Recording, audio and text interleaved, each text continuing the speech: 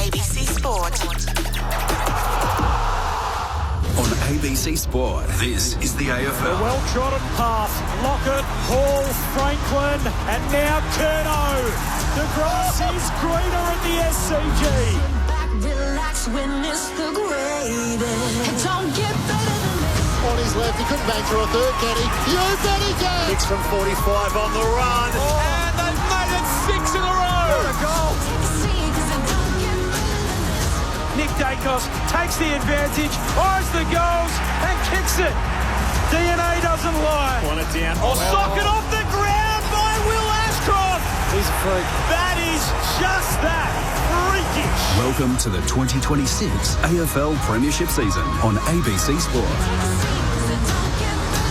On radio, on digital, and ABC Listen. You take a seat because it don't get better than this. It's sunny but crisp as well at the MCG as Collingwood hosts Richmond. About 12 degrees here in Melbourne. We're heading for a low of 4 degrees tonight, so pretty chilly for those fans that have come out for this clutch. It's a match that has a feel almost like a preliminary final, according to Richmond coach Adam Uze, who wants his side to treat each game as an opportunity to spoil their opponent's chances of playing in September. Collingwood is squarely in that basket, scrapping for a wildcard spot. The Magpies sit 11th, half a game away from Gold Coast and North Melbourne above it. My name's Lauren Borden here at the MCG. We're just about 3 minutes or so away from the opening bounce between these two sides to head to the MCG, but a Collingwood home game this afternoon. To call alongside me is Joel Peterson. Hello again, Joel. Hello, Loz. Adam Uze has been taking the optimistic path throughout the course of the week. The prelim finally said Richmond were a destination club during the week as well, so he's very much glass half full. Sometimes we can sit here and think of sort of these profound prognostications about the game that's going to unfold, but essentially, Lauren, it's cold, and sometimes you just need a good game of footy to take your mind off the weather situation. Let's hope we get that today. Just to take your mind off the weather situation, Yep. another situation in the world. If you're sitting in the outer and you just don't want to be thinking about how cold you are, if the contest really grabs you, then away we go. All right, there you go. Maybe pull out your hand warmers and your beanies as well if the contest doesn't warm you today. But we'll find you're in trouble if not.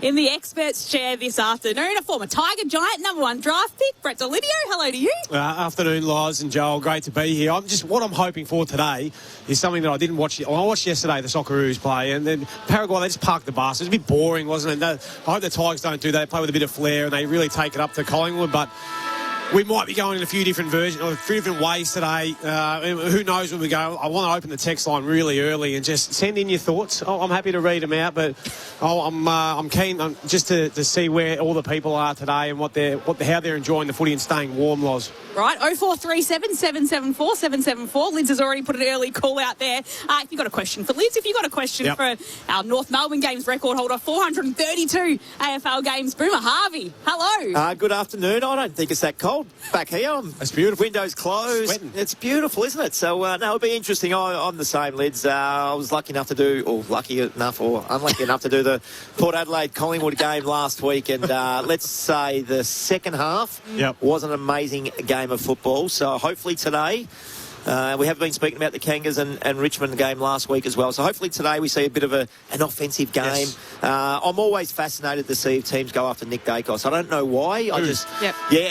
That's the big question, who, but again, I said it last week and I'll say it again this week. You can't let him run around and do what he wants because he gets double up possessions. You look at the stat sheet at the end of the day and he ends up with the 40 touches. He's going to get 25, 30. You've just got to scrag him and make sure that he doesn't get great possession. So interesting to see the way Adam Uze goes about stifling him today. Young Taj Houghton starting in there. I'll be going with him and Sam Cumming, just a little dual act. Say, right, boys, one on, one off. Away you go. Just learn and play next to the little Nicky D. That's the big thing, isn't it?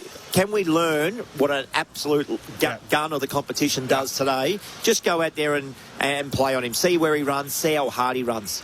42 disposals and 3 goals the last time they met Nick Dacos. 42 disposals the time before that as well. So he's clearly had the measure of the Tigers. He had 41 disposals last week, Nick Dacos. So we know he's very hard to stop. What's the over-under today, Loz, you reckon?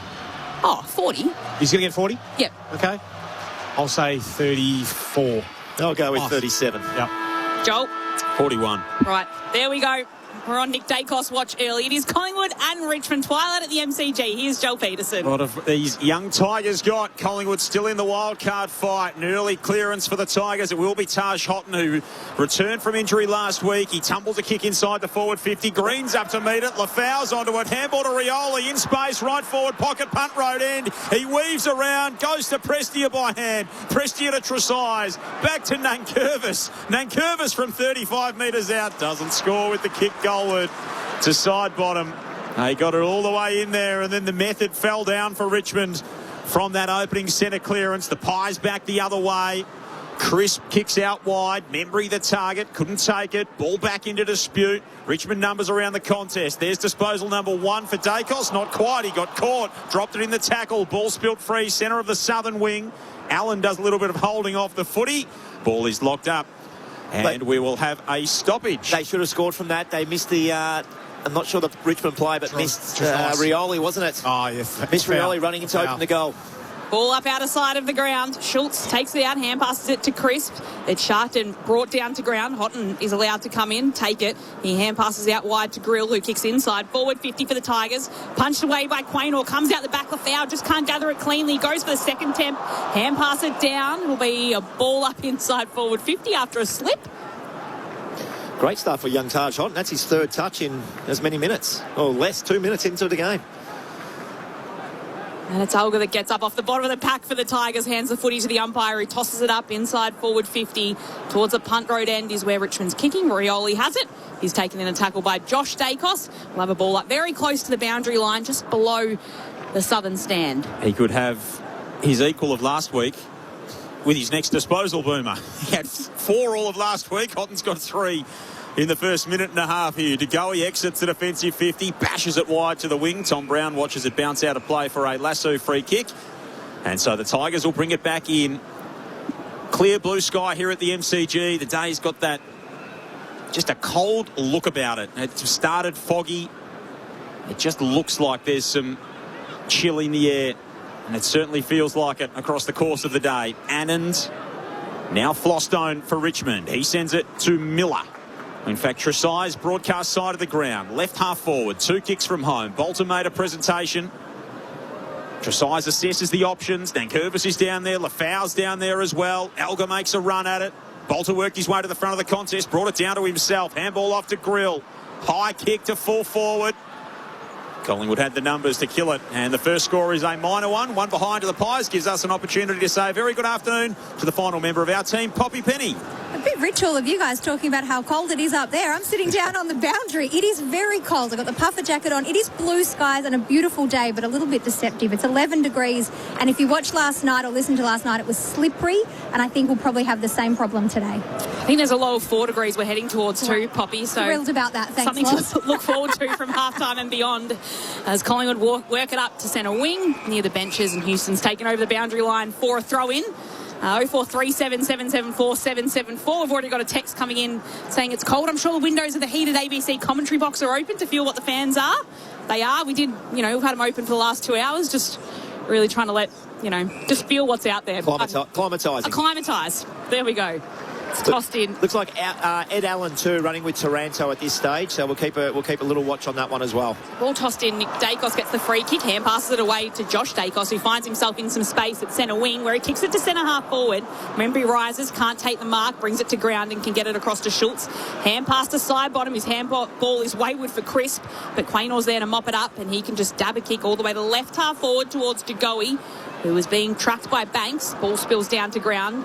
Picked up by Brown, hand pass to Taranto, hand pass across to Ross. He'll send it right down to centre wing, where it'll be chopped off by Howe, the Pies, and he can chip it towards Darcy Cameron, who misses the mark in the centre of the MCG.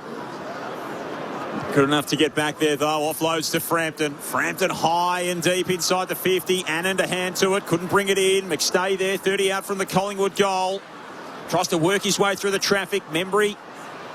Nankervis gets tackled, in trouble, he's gone. The Tigers appeal and say, how on earth was he meant to get rid of that? Nick Dacos grabbed him, and Dacos will have the first shot at goal for the Pies. 30 out directly in front. We haven't been blessed with some great skills just yet, Boom. Not yet. It's infecting a lot of them at the moment. It's on both sides.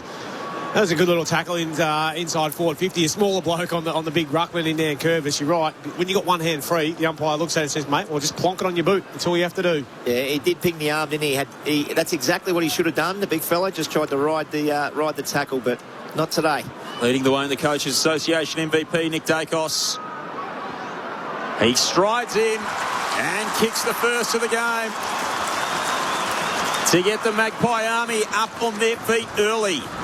Collingwood won straight, Richmond one behind. 5.5 gone opening term. Saturday footy on ABC Sport. Your experts are Brett Delidio and Boomer Harvey. So Richmond have had their chances, Liz. We spoke about the first handball that missed. There was another one in their forward 50, 3 inside 50s to 1. Yep. Collingwood go down there and score straight off the back of a great tackle. You did mention a good tackle from a smaller guy to a bigger guy. Ping that arm, and when that happens, you've got to get rid of it. But a beautiful finish.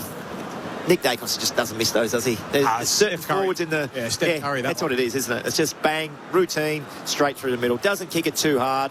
Work that out. And as he walks down to full forward right now. Broady's like, oh, come on, I'm about to retire. I don't need this to sitting at full back. Tossed up in the middle. Cameron rises highest, comes down, and Taranto picks it up, tries to get a kick away.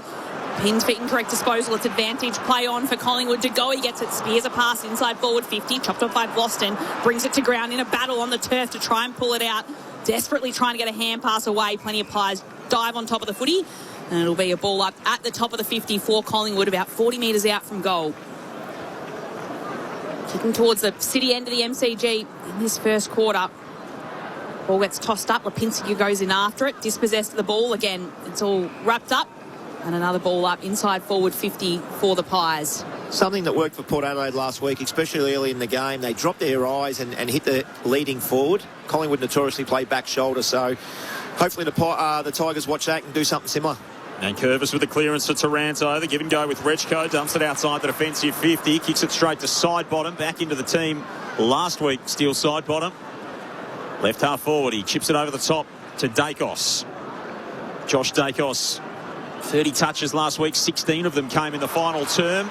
He turns it over, trying to enter the 50, and Rechko bursts back the other way. Handball to Lafau, who had to turn back toward the defensive goal. Almost lost his footing. Good enough to get himself out of trouble. Flipped it up to Grill, and now Rechko takes possession, centre of the southern wing. He runs away, kicks to right half forward, finds Rioli, who was very quiet last week. Offloads to the pocket for Bolter.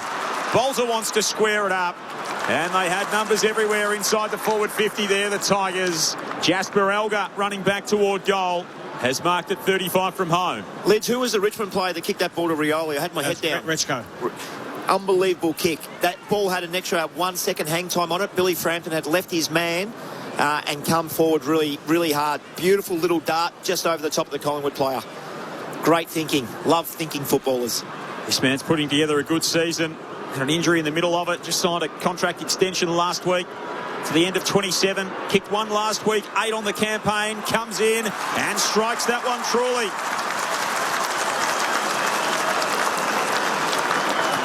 And enjoys his work as well. Puts the Tigers back on top. 1-1-7 through the goal to Jasper Elgar. The Pies won straight 6. 8.5 gone in the opening term here at the MCG. A little Sally there with the knuckle underneath the chin. I'm not sure that's obviously a reference to a mate or something like that, I'd imagine. But you spoke about hitting and lowering your eyes. And that kick from Rechko was terrific. And then the Rioli one was as well to Bolter. But if you hit your targets, it makes the opposition defend. And that's what they weren't able to do earlier in the quarter. And look how easily they moved that ball down the ground just by being able to hit their targets. Yeah, great ball movement by the Tigers. I thought they got themselves in a little bit of trouble on the wing, centre wing, with an extra handball there and maybe a little fumble in there as well, but got themselves out of trouble, and the last 2 disposals going inside 50 were excellent. Tigers ahead by 1 from the middle. It's Cumming who can get it backwards across to Mantle, who moves it outboard to Rechko. Hand pass goes backwards towards Short, centre wing, dodges around his opponent, and a high ball inside forward 50 for the Tigers. A packle form. At the front of it was Cameron, 2 hands, couldn't clunk the mark. The ball spills to a pack. He's claiming it as well, Cameron. Lids, are you seeing that the Tigers' shoulders out should be kicking inside forward 50, but just creating that one extra that one ball? there, they went backwards. Yeah. They need to be going forward. Put them under pressure. Lafau palms it down towards Prestia. Hand passes outside of defensive 50, but it's roved by the Pies. Chris with the footy can hand pass it across to Swadling. Goes back to Chris. He gets tackled. Just gets rid of the footy to Josh Dacos. Hand passes it along to Long, who wants to kick into the centre of the MCG. Was looking for Steen in the end. Ball comes to ground. It's won back by Houston, who moves it out towards McCreary, and he can kick the Pies inside forward 50, very top of the arc. Broad palms it away. Vlosten picks it up close to the boundary line, keeps it in play. Steele comes in. He can't gather for the Pies. Ball spills out the back. Houston goes in after it. Rioli beats him, but again, it's the Pies that win out from the back of the pack. It's Sidebottom who can pop a kick inside forward 50.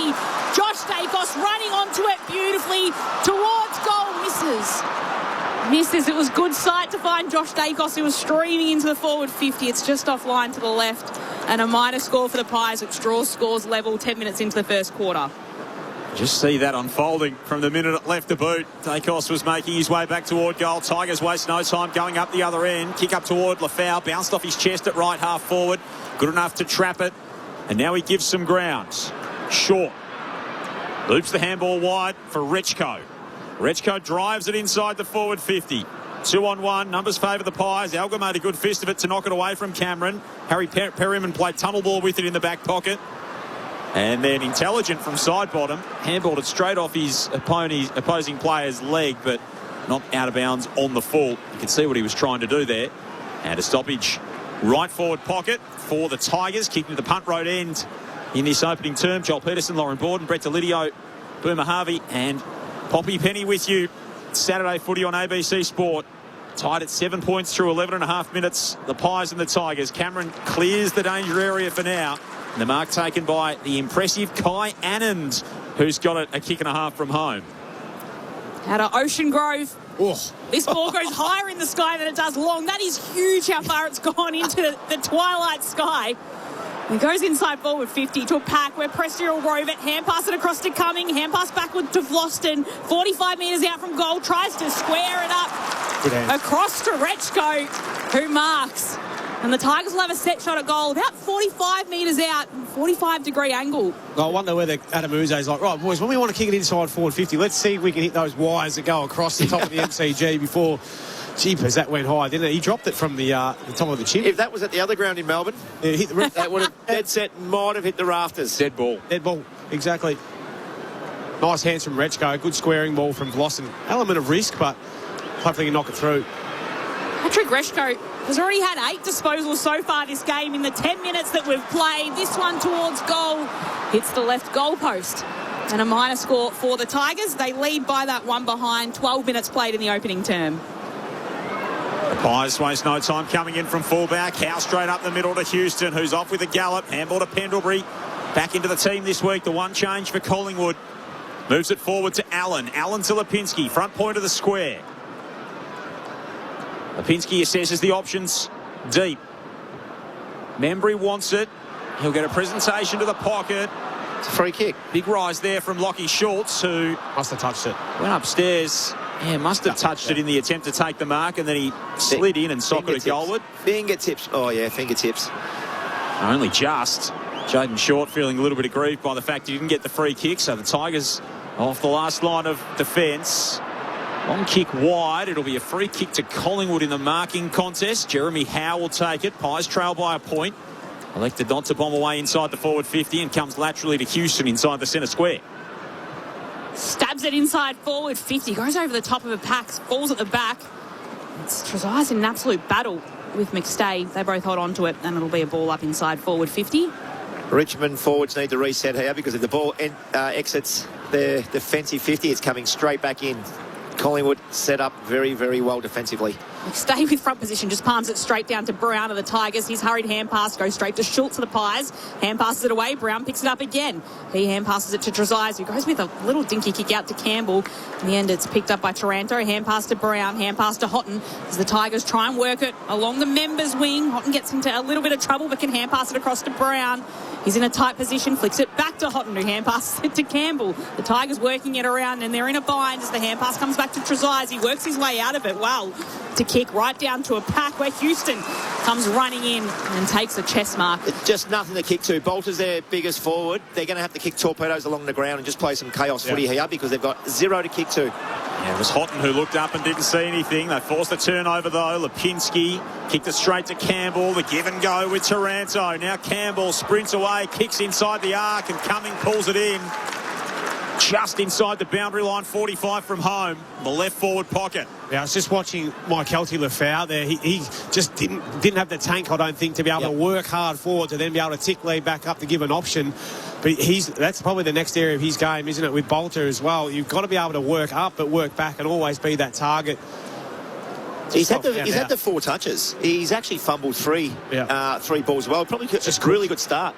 Sam Cumming from right on the boundary line, 45 from home. Kick never looked like it. It'll be lucky to score. Out of bounds on the full. Thankfully, we're not going to the score review for those kind of over-the-post jobs anymore. So Harry Perryman will bring it back in from fullback for the Pies. A quarter of an hour gone in this opening term. It's Richmond by a point. Of course, Richmond kicked just 6 goals last week, and Collingwood have only kicked more than 100 points once this year, and that was against Essendon. So they haven't been the highest scoring sides this year. Right. As the kick comes out, and it'll be a boundary thrown between wing and half forward for the Tigers. Wishful thinking. Think we're getting a goal fest then today, Loz. You can always dream. We can dream. Ball tossed in. Bolter brings it down. Stay has a go at it. In the end, Ross picks it up, hand passes it over the top of his head to Campbell, who hands it a little further away to Trezise, who's being trucked back by Long, gets taken to ground. Campbell's there to pick up the footy off the turf. Spears a pass towards Mansell, who marks it on the turf of the MCG. Bucks a fortune. One of the old-time great miss kicks. Yeah. That was low, probably no more than 15 metres at best. Yeah, it come off really skinny, didn't it? I reckon he was aiming more towards the top of the square, but just pulled it. Pulled it hard. It was a good read by Mansell. And that's being on, playing in front, but being on your toes. Good to see him back out there, Ryan Mansell. Adds an element of toughness too as a small forward, pressure forward. Back from a fractured wrist in round 1. Ryan Mansell is what Richmond needs in its forward line. He sets sail towards goal, and this one's offline to the left. The Tigers ahead by 2 points, 17 minutes played in the first quarter at the MCG. It's Saturday afternoon footy on ABC Sport. 9 inside 50s to 6, Richmond's way. So we've got a lot of the football. Just need to, when they get those set shots, you've got to finish your work, put the Pies under pressure. Yeah, put it on the scoreboard. Boomer Harvey and Brett Delidio with you, your experts on ABC Sport. Ryan Mansell, another who's re-signed until the end of next year. The Tasmanian, Josh Dacos, dangerous kick across the defensive 50. Finds Harry Perryman, who's still inside the defensive arc. Collingwood 1-1, Richmond 1-3. That's a poor kick, out of bounds on the full. The Tigers squeezed the ground, and the Pies finding no easy exit.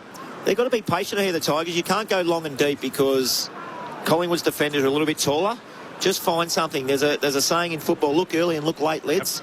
Look really late because they'll drop off. So Mansell will take it 65 metres from home. Kicks to the top of the square. Lefau up in front of the pack. Nankervis did the roving, tried to offload it to Taranto at the top of the goal square. Then Josh Dacos was grabbed by a couple of Tigers. And a ball up 20 metres out from the Richmond goal at the punt road end. Nankervis and Cameron in the ruck. Cameron gets a tap out. It spills to ground. Houghton just shovels it out himself. Then Degoe slams it on his boot soccer style to get it outside of defensive 50. McCreery chasing after it. He's worked over the boundary line with Ross alongside him, and it'll be a ball up between wing and half forward for the Tigers. Dacos kicked the opening goal of the game at the 5-minute mark of the quarter, and then at the 8-minute mark it was Jasper Alga.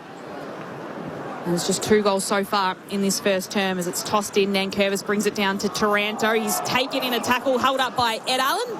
The umpire will come in and toss the ball up again between wing and half forward really for Richmond. Nankervis taps it down back in the side for his second game from a significant hamstring injury. Hand passes it back to Ross. Hand pass to Cumming. Hand passes it across to Green. 55 metres out from goal for Richmond, puts it at the top of the goal square. And Billy Frampton steps back and intercepts the footy for the Pies. And that's probably the kick I'm talking about, Lids. Go to the top of the goal square. Just Frampton, ground, doesn't it? Howe, these type of guys, they'll outmark the inexperienced Richmond forwards. Hands were really sharp in tight from a few young Tigers to set it up. Pies come off the defensive 50. McStay to Goey. Aggressive kick up the middle. Mansell couldn't... Oh, in fact, it was Bembry. Couldn't hold on to it. And then Brown left it behind for the Tigers. And it's taken away by Harrison to Houston. Now out wide to the second game of Sam Swadling. The West Australian, All-Australian at last year's Under-18 National Championships. Comes in field to Allen, to Pendlebury, who just glides through the centre of the MCG. Something's wrong with the footy. If even he's missing. Yep. Wrong with it. Turn it over straight to Flostone, and the Tigers come back the other way on the counter-attack. Here's an opportunity for Cumming. Arches the back, gets to 45, drops it off to the pocket. Elgar takes the mark. He had Campbell on over the top. He thought about the hand pass. Not worth it. Jasper Elgar, having already kicked their lone goal for the Tigers from 15 metres out, puts through their second. And there is a bit of reward for effort from this determined Richmond team in this opening term. 2-3-15 to Collingwood 1-1-7. 21 minutes played. Opening quarter. Saturday footy on ABC Sport. Here's Boomer Harvey and Brett Delidio. Well, was it Campbell that took the game on? I'm not sure who, just in front of the Collingwood player, he got the football and just said, righty, are you there? I'm going around you. I think Sam it was Billy Cumming. Frampton. Sam Cumming just here. Yes. Top of 50. Went around Billy Frampton like he wasn't there. That's what Richmond needs to do. I don't know if they're talented enough just yet to play the handball game like most other teams, the Western Bulldogs, etc. Playing that running game when you're young and you're exciting and you're fast and you're quick. Play to your strengths. Just run with the football. The worst thing that can happen, you get caught with the ball. Exactly. I don't reckon Ooze will be too disappointed with that. 10 goals for the season now for Jasper Elgar is from the middle. There'll be a free kick, and it's going the way of the Tigers. Ross uses it quickly. Again, it's a high ball that'll sit up long in the air as it comes inside forward 50. Frampton has the read on it and easily intercepts the ball for the Pies. Shares it across with Quaynor, who's a little bit wrong-footed, but was able to find the footy and mark. Hand passes it to Goey, right at centre wing. Puts the kick in front of him to Nick Dacos, who'll mark it half forward for the Pies. He waits for De Goey to come round him. There's a 50 free kick for someone running through the protected zone. I think it might have been Ross there. It was a little bit too close as he made his way inside forward 50. So Nick Dacos will come. Just his second touch here for Nicky D. Hasn't had a heap of it. I mean, his second shot on goal. And like we said before, Steph Curry here at the free throw line. But I did notice he was getting his calves rubbed pre-game. And I don't know whether he does that every single week, but yeah, hasn't spent a lot of time in and around the footy so far. So he's been marched to a point where he'll kick from about 25 metres out from the stick. It's a slight angle to the right, but a fairly easy shot for Nick Dacos, who just dabs this one and pops it through. He's got a couple. And Collingwood cut back their deficit against the Tigers. They're trailing by 2 points. Richmond is 2-3-15. Collingwood is 2-1-13. Nick Dacos has got 2 in the first term. Jasper Elgar's got 2 for the Tigers. 22 minutes played in the opener. And just the 7 inside 50s for Collingwood. So their ball movement's not really their strength at the minute. A question, Lids, and I have this argument with my brother all the time. For Nick Dacos, what's a goal worth in terms of possessions? 5.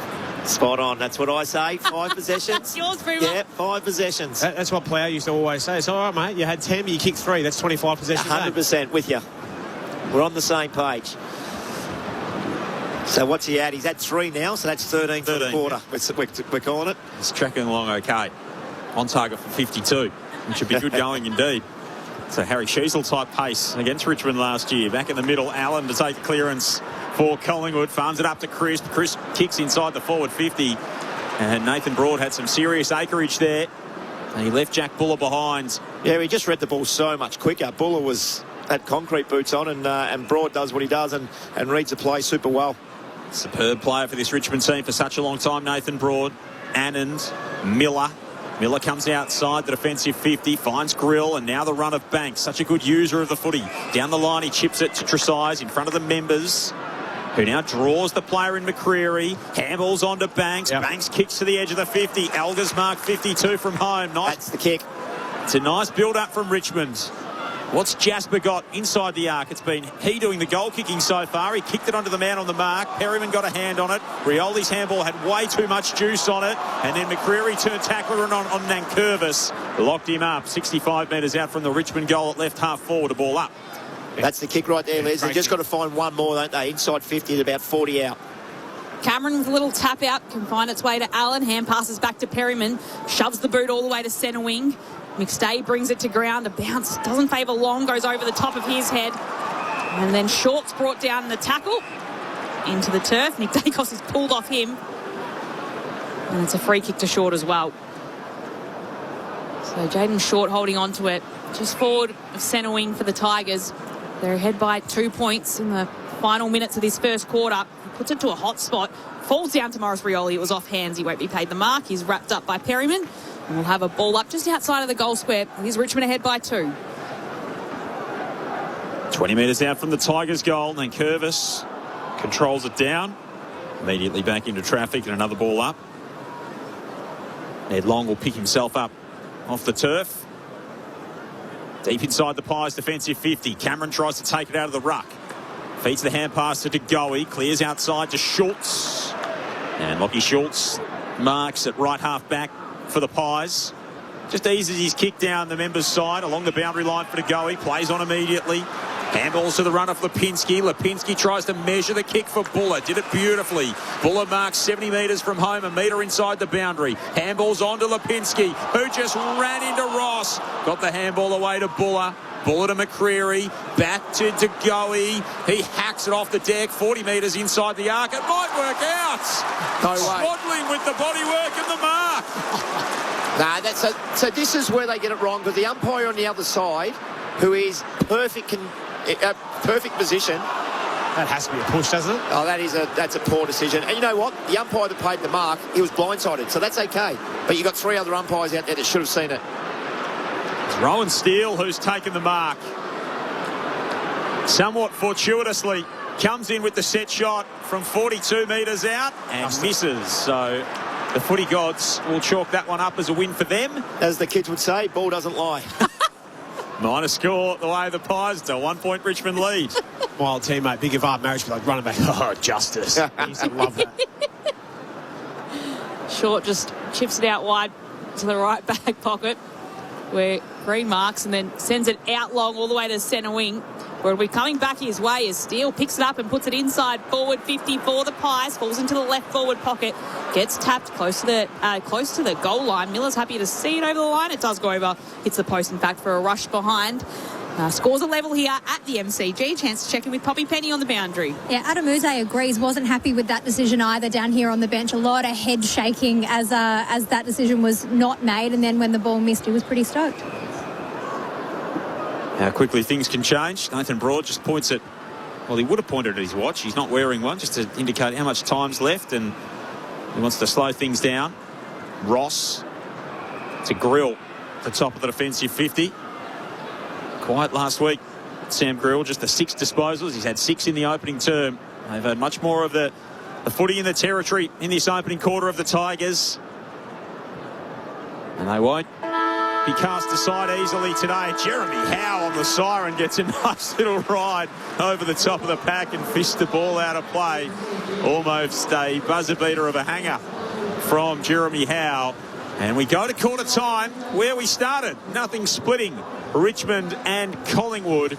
Tigers 2-3. Collingwood 2-3 in that opening quarter. First goal of the game to Nick Dacos. Jasper Elgar kicked Richmond's first 3 minutes later.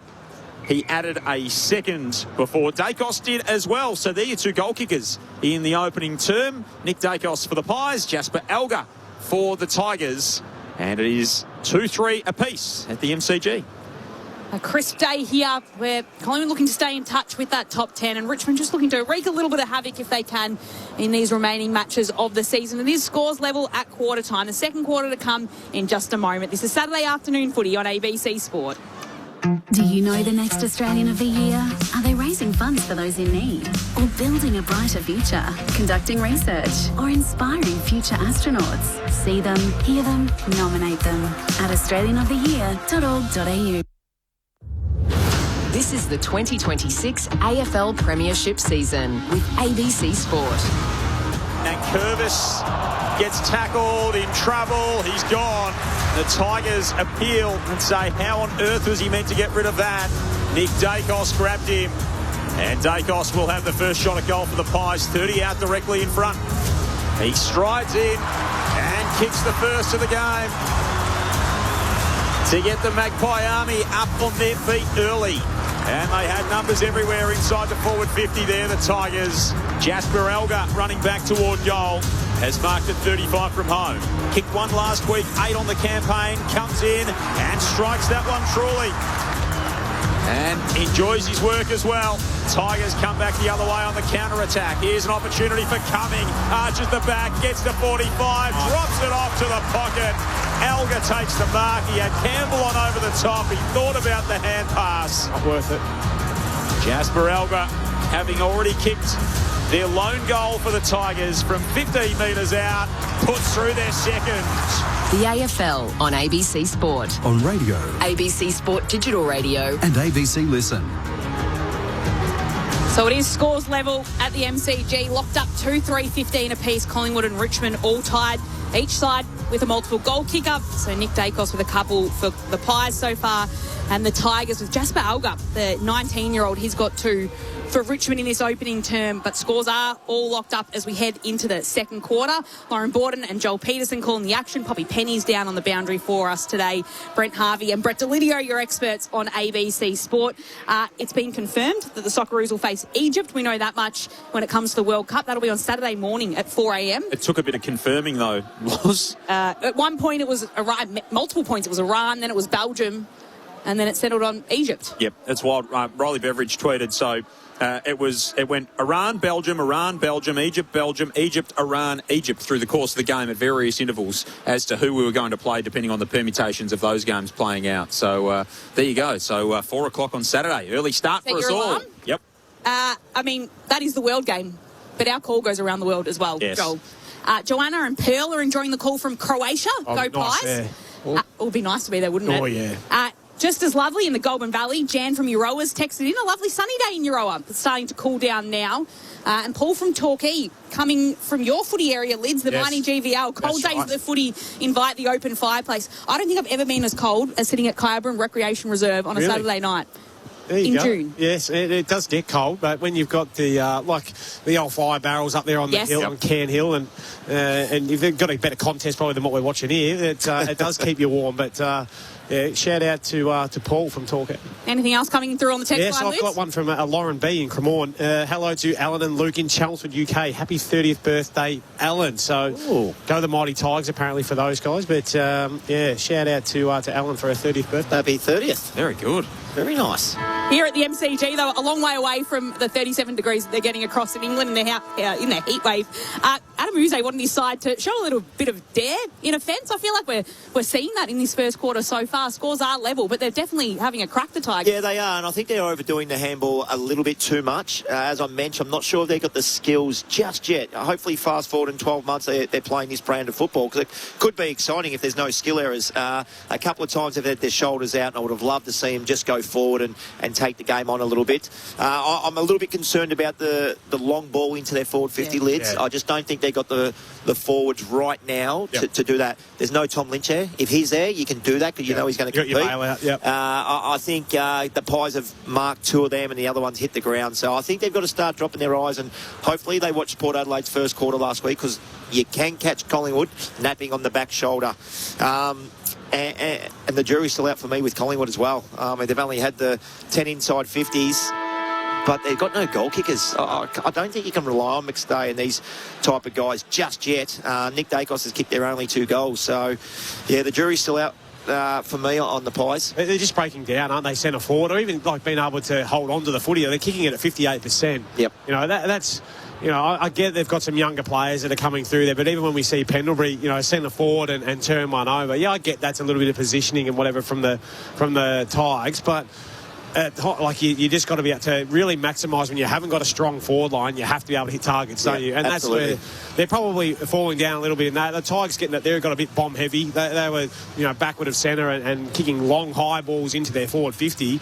That'll come with connection, I think, with their younger forwards. They just got to be that little bit patient, Lids. I spoke about just being patient, and if you look late, something often opens up. If you're not going to go to that pocket like we've seen today, there will be something there, and they can get the ball 35 to 40 out and kick their goals. I mean, they've kicked 3 points. I think 2 of them probably should have been goals, so that would have been a nice little handy lead for them. But overall, 4 goals kicked in the first quarter. Hopefully there's a few more in this second quarter. And just watching those, Tim Taranto, 6 possessions. Yep. And Nick Dacos only the 3, but did kick the 2 goals. So we're counting that as 13. Not on the stat sheet, but in our own little way. Yep. 4 goals is better than the 0 goals we had in Collingwood and Port Adelaide that last quarter last week. So we'll see if there's an improvement in this second term. As from the middle, that footy will be coming back. The umpires found a free kick. And it'll be going the way.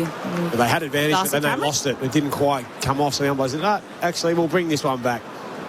Well, Nick Dacos will be given the footy. So the ball will be kicked back. He doesn't have to do a lot wrong, does he? I think there was just a little jumper tug, though, so just didn't want Dacos to get that second possession. So right in the centre of the G, spots up Darcy Cameron, who's standing on the blue paint of 50. Hand passes it out to Houston, off a couple of steps, kicks towards goal and nails it. He's so good at that, Houston. He doesn't need much room, and within 40 seconds, the Pies have got a goal on the board in this second term. It's off the boot of Dan Houston. Collingwood 3-3-21 take the lead by 6 points. Richmond 2-3-15. Not even a minute played in the second term. Well, I'm going to disagree with you, Loz. I don't think he is as good from outside on that ray. He goes for a lot of them, but I don't think he's been finishing his work this year. He's a beautiful kicker, the footy. But I don't think he's been under pressure. That was a terrific finish, running across his body and being able to knock that one through. But I don't think they get as much bang for buck. But he is a nice kick at the footy. That's absolutely. That's a concentration thing from the Pies. So Nick Dacos gets a free kick. The ball goes away, and there's probably, I'm going to call it 15 seconds in between. Then Curvis runs deep, leaves the Collingwood ruckman by himself, and then you get Houston, who can kick the ball outside 50 by himself. It's a very easy kick from 50 as well, and they'll get the clearance here. Crisp loops the handball over to Cameron, to Dacos, out wide. Take your pick, Pendlebury or De Goey. Who do you want? Either will do, maybe both. Pendlebury, David to De Goey, kicks to the pocket. McStay tied to the boundary line, tried to whip it back at the goal face, smashed it out of bounds on the full. Edward floated all the way across and out. It'll be a free kick on the last line for Sam Banks of the Tigers, another of the Tasmanians out there in Richmond colours. Collingwood by 1 straight kick by virtue of that Dan Houston goal. 2 minutes played, second term. Saturday footy here on ABC Sport. Launches the footy all the way to underneath the Shane Warne stand. It's punched away. Pendlebury's there to collect it. Shrugs off a tackle. And just goes with a little dinky kick towards De Goey. It's maybe just 15 metres. He pops it inside. Forward 50. Lipinski on the lead. Marks in front of Annan. And it'll be another set shot at goal, or a chance at goal here for the Pies early in this second term. That's exactly what you were talking about in terms of looking late, wasn't he? He just pulled that kick enough and allowed Lipinski to work into it, but it was the Pendlebury touch on his opposite shoe to get it over to De Goey that just broke up the play rather than just bombing that one away. Just found him with a nice little right foot snap. De Goey just taps it in front of Lipinski. Patrick Lipinski now kick from 45 metres out, a 45-degree angle. It's a good-looking kick as he sends it towards home. And he's got it. And the margin is the biggest it's been so far in this match. Collingwood ahead by 12 points. 4-3-27, Richmond 2-3-15. The Pies have kicked the first 2 goals of this second term. Just 3 minutes played. Saturday afternoon footy on ABC Sport. This is what happens with the Tigers, just being such a young team. And they have got some older leaders out there, but they can get goals kicked against them really quickly, and they find themselves, a fantastic first quarter, but then they find themselves 2 goals down straight away.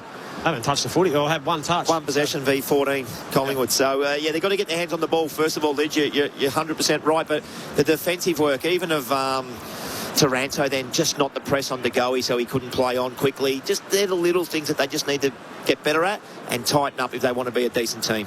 Degoe having a big influence in this game. 11 disposals, 3 already in this second term, and it's Dacos this time out of the middle. Nick over the top. The handball goes to Josh. Josh kicks inside the forward 50. Well read by Broad. Came through the pack. And handballs away to Cumming. Now to Banks. Pushed off it. Scooped up by Degoe. Pendlebury. Now the handball forward from Swadling. They're lining up. Harrison 30 metres out from goal. His handball went missing. And well done from Cumming to mop up in defence for Richmond. Taranto, Tresize had a bit of a fumble, shoved off it by Crisp. 52 out from the Collingwood goal. They take possession once more. Lipinski, McCreary, the set-up kick from Perryman. Schultz coming over the top. Couldn't take the mark. There's a free kick. It's for a push. And it's going... It is going to Lockie Schultz. Jeepers. That kick was set up like a big monkey used to have the jump bag on his back. Yeah. When he come flying in, he must have got the big push. Gee, I'd love to see, see the replay. A side-on angle of that. It didn't look like Banks did a lot wrong. I hope that wasn't the same umpire that missed the one up the other end. Yes. In the last quarter. Oh, just a hand. I think Lockie Schultz was just trying to make a contest, wasn't he? And as his momentum's gone forward, he saw the hand. Where's the whistle? This for 3 in the quarter. 4 in a row for the Pies. Lockie Schultz from the free kick. Steers it through. And Collingwood put a gap in the game. 5-3-33, plays 2-3-15. They kicked the last of the first. They've got the first 3 of the second term. It's only 5.5 minutes old. So Leeds, I'm going to bang on about it. They created their own pressure there. Yep. They missed a handball. There was a fumble. But the ball should have been left their area a long time ago. They just overused the handball. Yeah, Nick Vlossen, you can see him talking to Nathan Broad saying, mate, you've got the intercept mark. We don't have to go fast. Yeah, and they just let the play unfold a little bit. But instead, they brought in the pressure like you're talking about, and therefore, bang, turnover, little fumble from Tresize, and they get a free kick against, which was dubious, let's be honest. So they've had opportunities to kick the ball, and they're given that forward handball. But if you can't hit that forward handball, or you're going to fumble it, there's no point giving it. And Curvis and Cameron in the right. Cameron with a little tap down. It's picked up, though, by Banks, who can hand pass it backwards and away to Cumming, who takes it, hand passes it back to Nankervis. Will kick Richmond almost to the half-forward line. Frampton comes in, punches it away, but only to Taranto, who can pop the kick inside forward. 50, Lafau had a couple of hands to it. Wasn't able to clunk the mark. Ross came in to take it, hand pass it away to Bolter. He's on his hands and knees on the MCG turf. Can't quite dig it out. Grill goes in there for the Tigers. He's taken in a tackle. And it'll be wrapped up in a ball up inside forward 50 for the Tigers. I think we all put our hands up for the same decision there. That was in the back. Lafau should have marked it, though. He shouldn't drop them ones.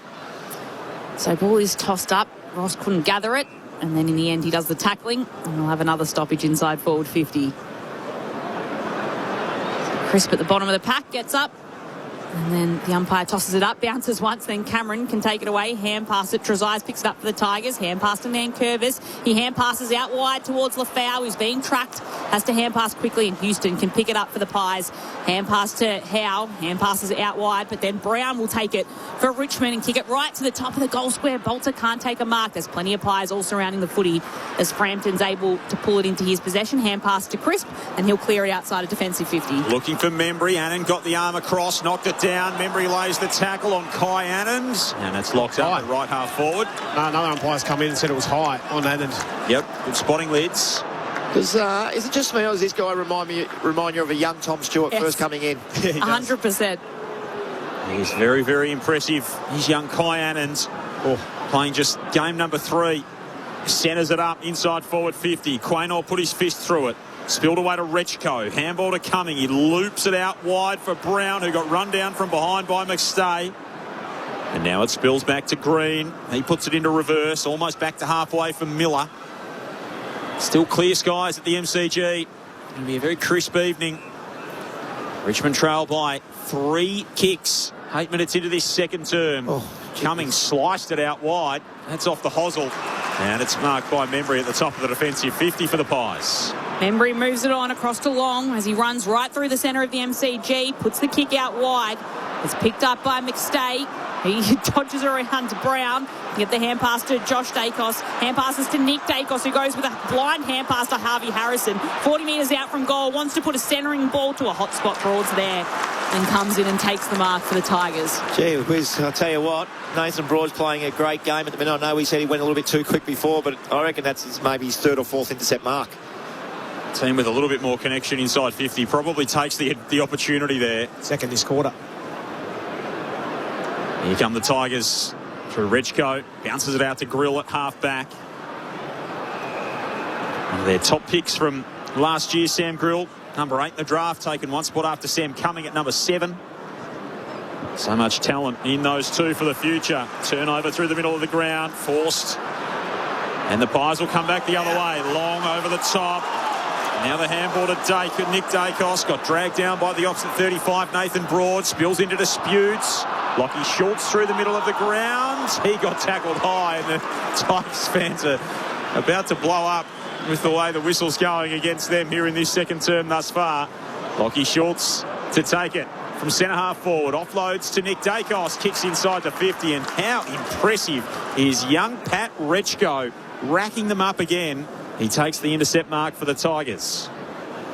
Just moves it to Short, still in defensive 50. Goes back to Rechko. Another possession coming his way.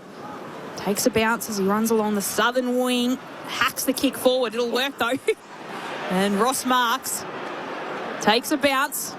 Takes a second one. Keeps jogging away. It almost felt like play stopped for a second there as he finally puts the kick inside forward 50 over the top of the pack. Cameron's there to clean up. Hand pass to Frampton, who just kicks it out towards Josh Dacos, who has to dive to his left to mark the footy. And he can kick it down towards Swadling. Down on the outer side of the ground across the southern wing. Swadling puts his kick right down that wing where McStay will mark. And McStay has it between wing and half forward for the Pies. Swirls around and puts the kick into the right forward pocket. And juggling mark will be taken by Buller. 3 Tigers watch on. And look at him hold on to the grab. But Buller will have a set shot at goal. Toughish angle about 35 metres out. Yeah, Vlosten was not happy. He got a little forearm to the throat. He's just telling the umpire all about it. The undersized, isn't he, Nick Vlosten? Yep. You know, having to play a lot taller. 188 centimetres, I think, Tig, versus Buller, who's a big boy. But you're right, got the forearm right to the chin. Put him off balance. In comes Jack Buller, 25-year-old former Swan. Towards goal, puts his kick, and it's offline. Just off to the right-hand side. Collingwood extends its margin, but by just 1 point. That brings it to a 19-point lead. 11 and a half minutes ticked over in the second term.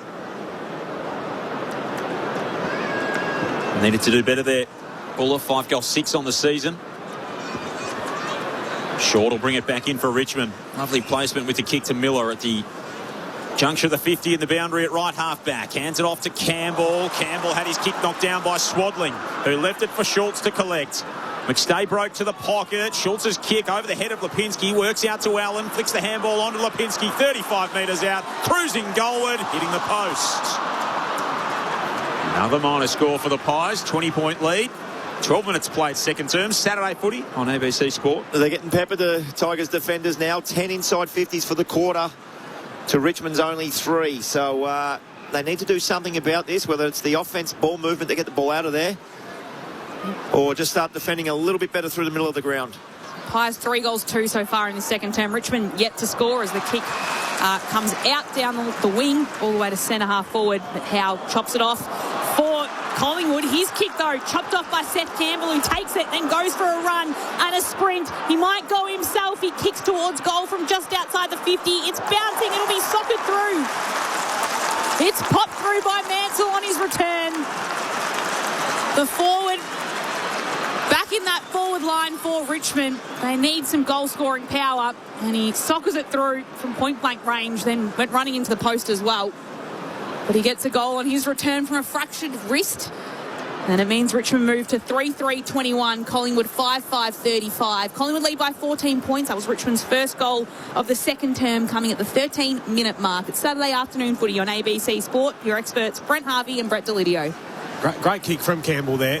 A lot of players would try and put that right on the Mansell's chest when gives the opposition a chance to actually spoil that. But kick for the goal square and allow, on a dewy sort of night, just let it skid through. If not, Mansell too quick in his abilities to finish off. It was beautiful by Mansell. He literally identified Campbell getting that ball, and he wasn't too far away from him. And I reckon he sprinted. I'm going to say 90 metres to get that football. And you're right, Lee. It's a great kick. Always kick directly at goal. Seth Campbell rolled the dice in the middle of the ground to try and cut it off. He came up double sixes. And Richmond get their first goal of the second term.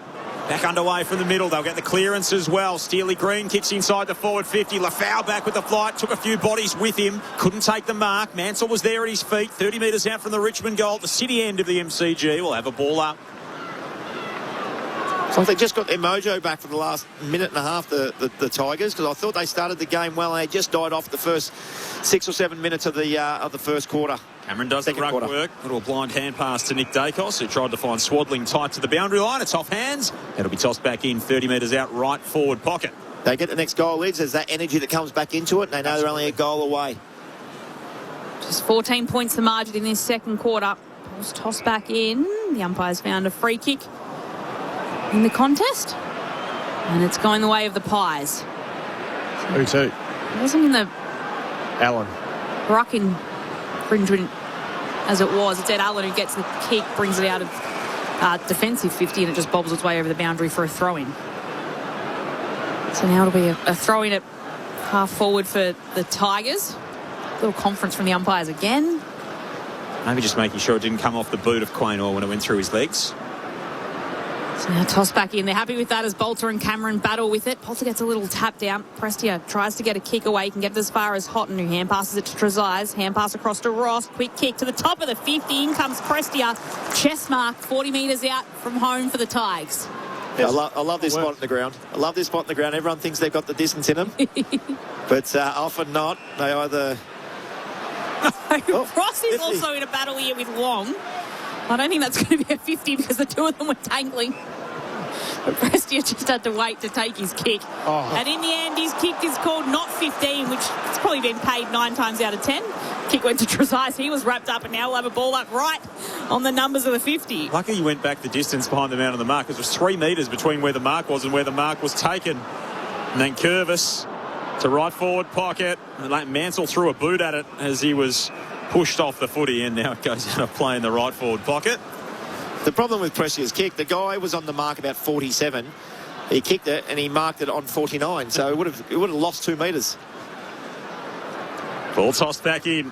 Still the Tigers inside 50. Taranto flips it up. Ross, a little feint, sold himself into trouble. Green tried to give it away. Did give it away, but to Lipinski of Collingwood. Now Allen tries to run it out of defence for Collingwood. His handball pinched by Rioli. Top of the 50 for the Tigers. Perryman lays over him, and it'll be balled up. Top of the attacking 50 here for Richmond. They trail by 14 points. 16 gone. Second term. Saturday footy on ABC Sports. Schultz with the clearance. And then another strong tackling effort, that time from Sam Grill, to bring things to a stop.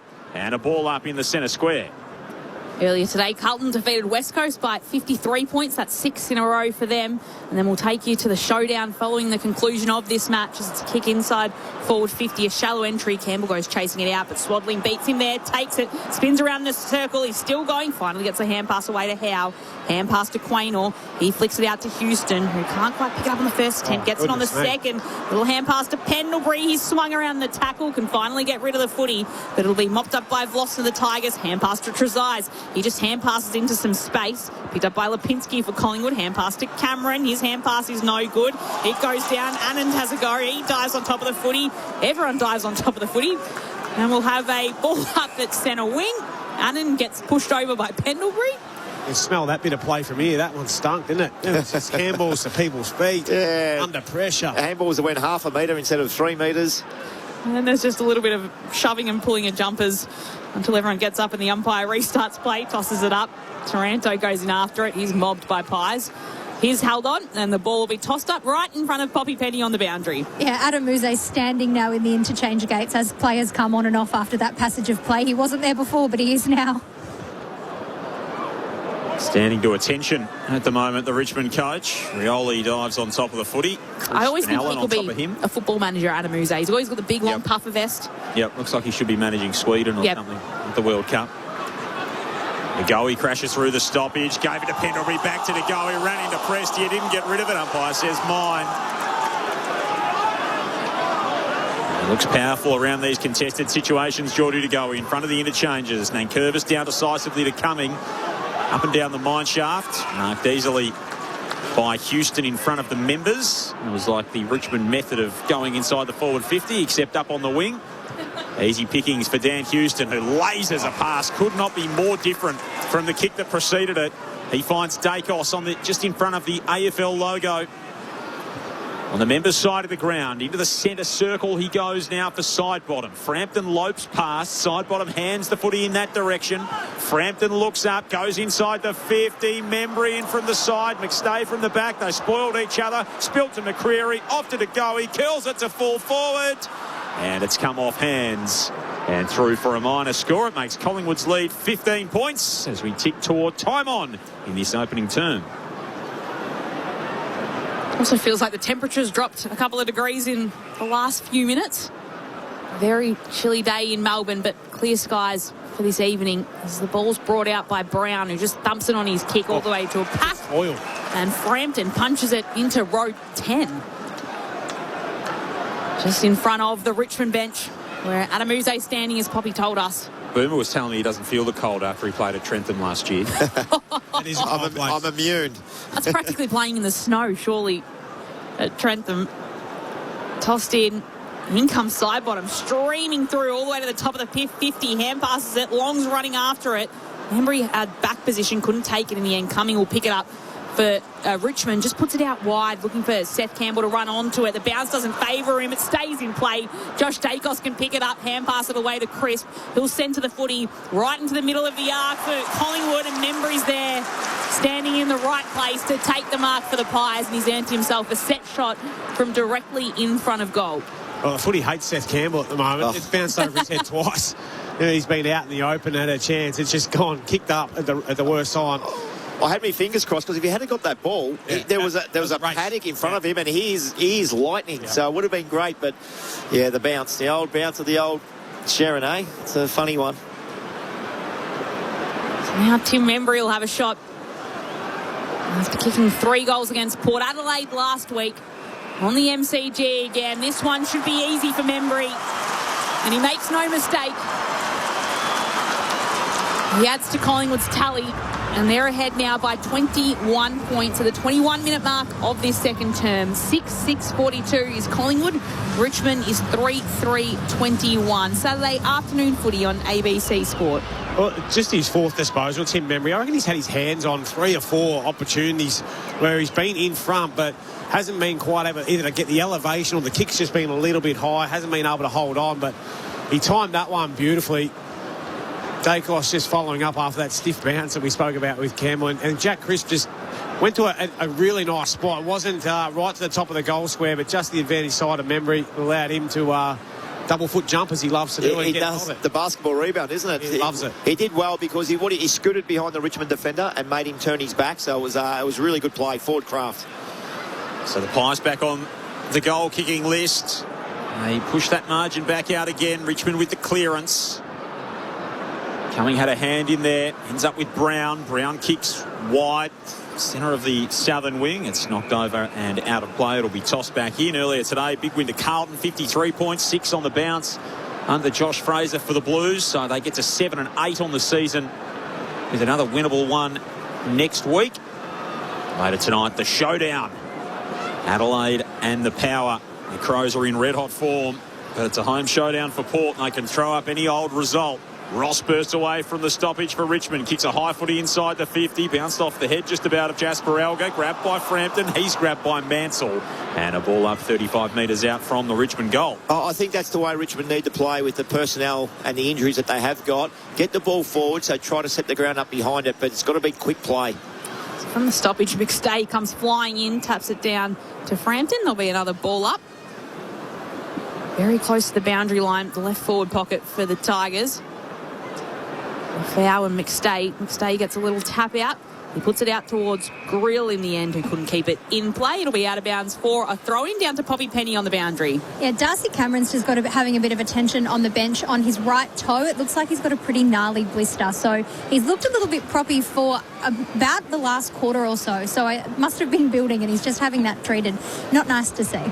Thanks, Poppy. So ball tossed in the forward pocket. Nankervis goes in after it, tries to grab it, but Perryman gets it and can clear it outside of defensive 50. And he gets it as far as Buller, who has the ball. Anandon close checking on him, brings him to ground, spills out the back. Pendlebury throws it over the top of his head, and that was seen by the umpire. So it'll be a free kick, and you can hear a couple of lone claps from the Richmond fans for the free kick coming their way. Collingwood ahead by 21.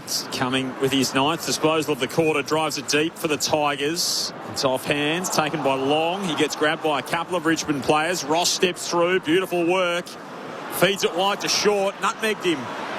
Short goes back and tries to get it. He's pushed off it by Crisp. Now the Pies clear out toward the wing, and then Nathan Broad gets shoved across the boundary line by Bo McCreary. Yeah, that should be 50 because the ball was out. It's a lasso, free kick, and McCreary just pushes him into the turf. Haven't we spoken about that the last week or so? They haven't had the right side of the whistle tonight, Richmond. A couple of those ones have gone against them, as we've seen. Nathan Broad's going to jog off the grounds a little bit sore and sorry. 9-4, the free kicks in favour of the Pies. It's been the ones that haven't been paid that have probably been what stands out. Yeah, the no calls for Richmond have been pretty egregious a couple of times tonight. Banks kicks to the edge of the 50. And Curvis came with an almighty rush at it. Couldn't take the mark. It spills into dispute once more. Throwing himself at it there for the Tigers was Grill. It ricochets around inside the forward 50. Lafau pulled off it. Quaynor. Pendlebury with a very rare fumble. Back to Quaynor, and now to side bottom. The Pies come off half back to Crisp. He puts it on his boot and right down the wing where it'll sit for Jack Buller. And passes it across to DeGoey, who's running 55 metres out from goal. Just a little chip kick inside 50. Will work beautifully for Long, who takes it and then squares the footy short. Reads it best, sticks out one arm and pulls in the intercepting mark for the Tigers. Yeah, great grab, wasn't it? That's where the stand rule's no good. So Buller marks the ball. Vlosson's on the mark. He goes nowhere in line where he should be and just gets allowed to play on. But Vlossen has to stand still for 6 seconds. Tigers through Brown. Just defensive side of the wing. Again, that high ball up to half forward. Side bottom comes out to kill it. Puts his fist through it. Straight to Banks of Richmond. Hand pass to halfway for Flostone. Flostone inside the forward 50. Front spot. Crisp. Got a shove. Campbell gives away the free kick. Jack Crisp from the defensive arc to take it. Collingwood 42, Richmond 21. Just the one score, the one goal here in this second term for the Tigers. Side bottoms kick down the line. Long. Crisp handballs toward the boundary line. Scooped up by McCreary in front of the Collingwood interchange. Infield kick on the outside of the boot. Lipinski made it work. The gather was really neat. Handed it off to Dacos at centre half forward. Offloads inside the 50. And Membry marks 40 out. Dead in front for Collingwood. Yeah, well done down here on the boundary line, wasn't it, from McCreary? But the bodywork of Lipinski is what actually helped them win that, I feel, at half forward. Just got a little nudge on the wing and then was able to control the ball and get that handball across to Dacos. Sitting all by himself, mind you, just at the top of, or in the back of the centre square. Very easy kick for him. Membry's licking his lips. You see Nick Dacos 1v0. 9 disposals in the quarter for Nick Dacos. Tim Membry kicked the last goal of the game. 45 metres out. He strikes it, and it is there. Back-to-back goals for Membry and for Collingwood. And that lead is out to a new high water mark of 27, closing in on half-time. 7-6-48 to Richmond, 3-3-21. Saturday footy on ABC Sport. Your experts, Brett Delidio and Boomer Harvey. So there's a difference, Lids, when you get a player like Nick Dacos kicking the ball inside forward 50, right? He's a class player, we know that. But it also comes with the pressure. He could have stopped that a quick cup of tea, then kicked it in. that there's no pressure on that last kick inside 50. You can do what you want. He drops his eyes, remember he's there, 35 out, slots the goal. Versus everything that Richmond's doing, it's hard work. Yep. There's a lot of pressure on their kicking. Yeah, and whether that's Collingwood's pressure or that's Richmond's lack of, I feel like they're still overusing the handball and fumbling a lot of balls. So putting themselves under a little bit of pressure as well. Collingwood starting to build a handy lead as Pendlebury's hand pass is chopped off by Cumming. Hand passes it to Short, who kicks towards right half forward, was tackled as it was being kicked, and Perryman tries to get it back for the Pies, bounces it against the turf, but Bolter's there to clean it up for Richmond. It'll be another turnover as Josh Dacos picks it up, chips it towards Crisp, and he can move it to McCreary right in front of the interchange gates. Wants to go for a little jog and then pop it on his boot all the way into the left forward pocket. It's a 2-on-1. Great hands, good body work. And the win comes from the Pies, and Jack Buller, who was outnumbered in that contest, but takes the mark for Collingwood and will have a set shot at goal and a chance to put on goal number 6 in this term for the Pies. So you hear Loz during that call, another turnover, and that's been a bit of a theme. Dan Curvis missed that handball by, was it Dan Curvis? Oh, Bolter. Bolter missed that handball by, I'm going to say 5 metres. Yep. Like, that was bizarre. So it ends in the hands of Jack Buller with a very slow approach as he makes his way in. 45 metres out from goal. The kick looks good. It is very straight. And it is right through the centre of the goal. And there's another one for the Pies. And this lead is extended out to 33 points in the late stages of this second term. 8-6-54 is Collingwood. The Tigers 3-3-21. 29 minutes and a half, but 29 and a half minutes played in this second term. Well, they've done well, hadn't they, the Tigers, to, win it back off the Pies from the centre bounce clearance. But then to miss handballs and then not be able to capitalise through poor kicking. I reckon it was Brown who missed a kick that was just spoiled, luckily, by Campbell. But then Bolter wins it back and puts it 10 feet over his head. If you're watching on TV, you see McCreary sort of pause and hesitate. He's not sure. That's because Anand and Miller were back there 2v1. But that mark by Buller, that was an impressive bit of body work, 2v1. Did really well. Beautiful finish too, wasn't it? Straight through the middle. Absolutely. Split the difference, did Jack Buller. Tigers with the clearance. Bolter kicks inside forward 50. It's a deep entry. They'll generate an opportunity here. They force the stoppage as Frampton's brought to a stop. So time for the Tigers to score. Just the one goal for them in this term. Collingwood has kicked 6 goals in the quarter. Taranto at the stoppage. There's a free kick. Holding the footy, he's called. Holding the ball, and he's going against Sam Cumming. Dropped it out. Collingwood's best or high-scoring second quarter of the season thus far. First time they've kicked 6 in a second term so far this season. And they lead by 33 points at half-time here at the MCG. We're all square at quarter-time, 2-3-15 apiece. Collingwood kicked the first 3 goals of the second term. They had 4 on the bounce at that stage. The Tigers were able to hit back through Ryan Mansell's toe poke right on the goal line. Collingwood closed with the last 3 of the term as well. A pair of those to Tim Membry.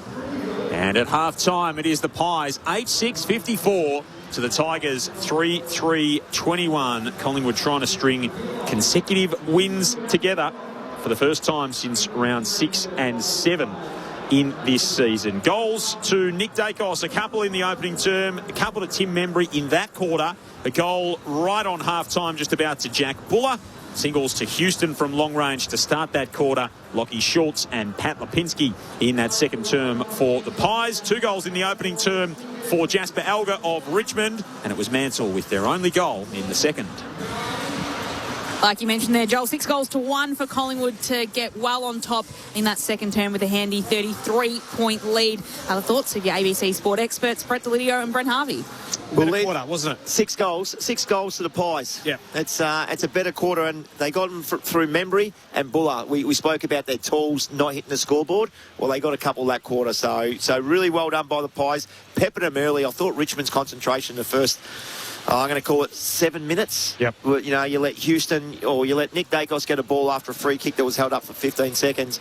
The ruckman waltzes down 20 metres of space and being able to give a handball to to Houston, who we know kicks the ball outside 50. That's a concentration thing for me. And then the other thing that the Tigers are really letting themselves down on is when they can go forward, they're electing to go sideways or back with a handball. The handballs are not hitting. Yeah. They're hitting the ground or they're missing them, and then Collingwood is scoring from turnover. So a little bit disappointing. Only the 1 goal to the Tigers that quarter. Need to go in, reassess, reset, and come out and give us a big third quarter. Yeah, I agree with that. I feel like the Tigers, when they win the footy and their shoulders facing forward, they're not continuing that momentum and giving their forwards a chance 6v6. Yep. They're going back to try and release to get, hopefully a better look at it. But as you said, they're missing targets, or they're putting that player under pressure. They're leaving him on an island, and then they have to kick it up the chimney, and it's going to centre half forward, the top of 50 maybe. Yeah. Big spoil, and away it goes. And when you've got, you look at the score or the stat line over that second quarter, Dacos at the top, Pendlebury, Chris, Josh Dacos to Goey. They're going to be going okay, aren't they, the Pies? You spoke about the goal kickers in memory getting on the board, and Buller finally knocking one through. 6 goals to 1, and that goal was off a turnover. They were trying to bite off a little bit too much, weren't they, the Pies?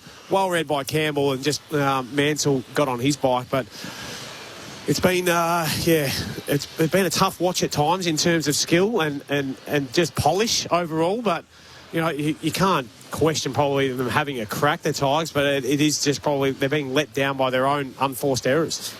Lid, you said that through that middle of the ground, they just give that extra handball, and then it's a slow play because they've got to give another handball. All it's allowing is the Collingwood defenders to set up proactive, the ruckmen to get behind, their wingers to slide around.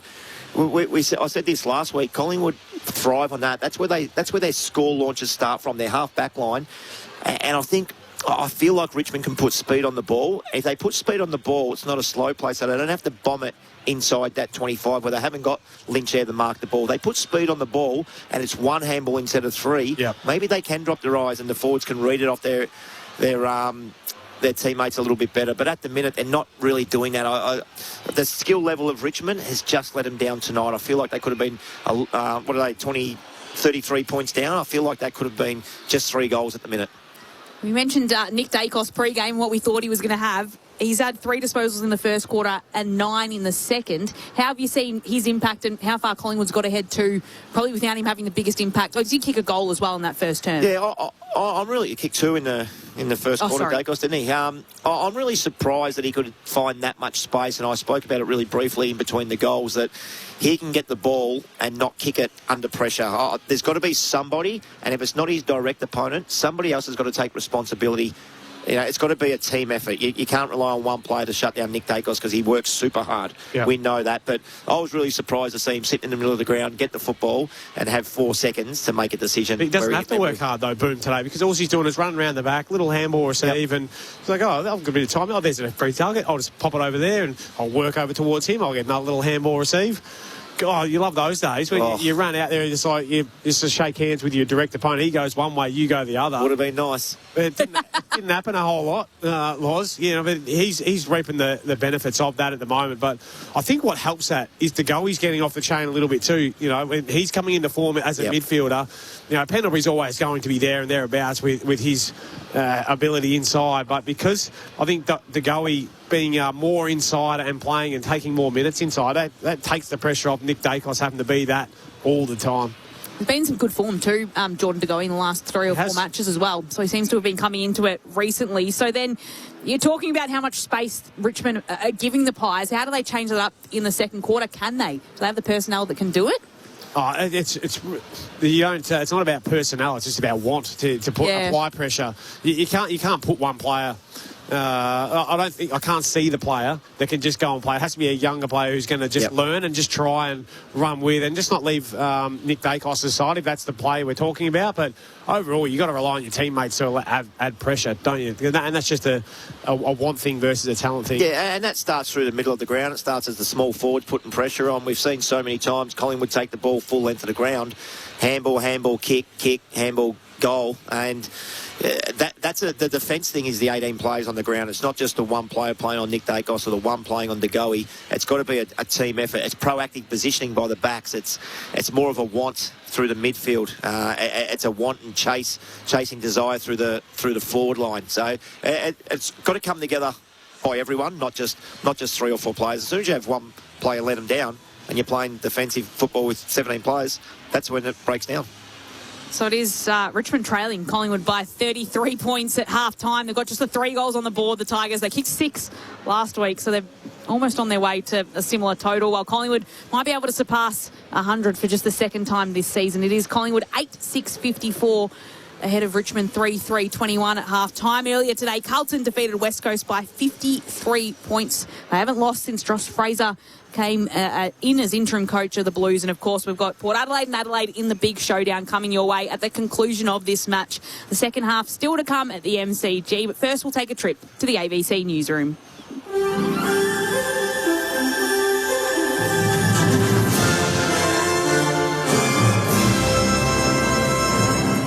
Hello, this is ABC News with David Rowlands. It's unclear what effect the latest fighting between the US and Iran will have on their current 60-day ceasefire and their memorandum of understanding towards a peace deal. The flare-up comes after an Iranian drone strike on a cargo ship in the Strait of Hormuz earlier this week. The US Central Command says aircraft have struck Iranian missile and drone storage locations and coastal radar sites, while Tehran says a projectile struck an area around a pier in southern Iran, and Iranian naval forces responded by striking US military targets in the region.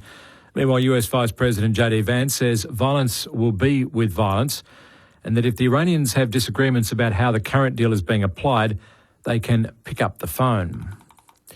The human scale of loss after the massive twin earthquakes in Venezuela is becoming clearer as the search goes on for tens of thousands reported missing and the death toll reaches nearly 1,000. More from North America correspondent Cayman Gock.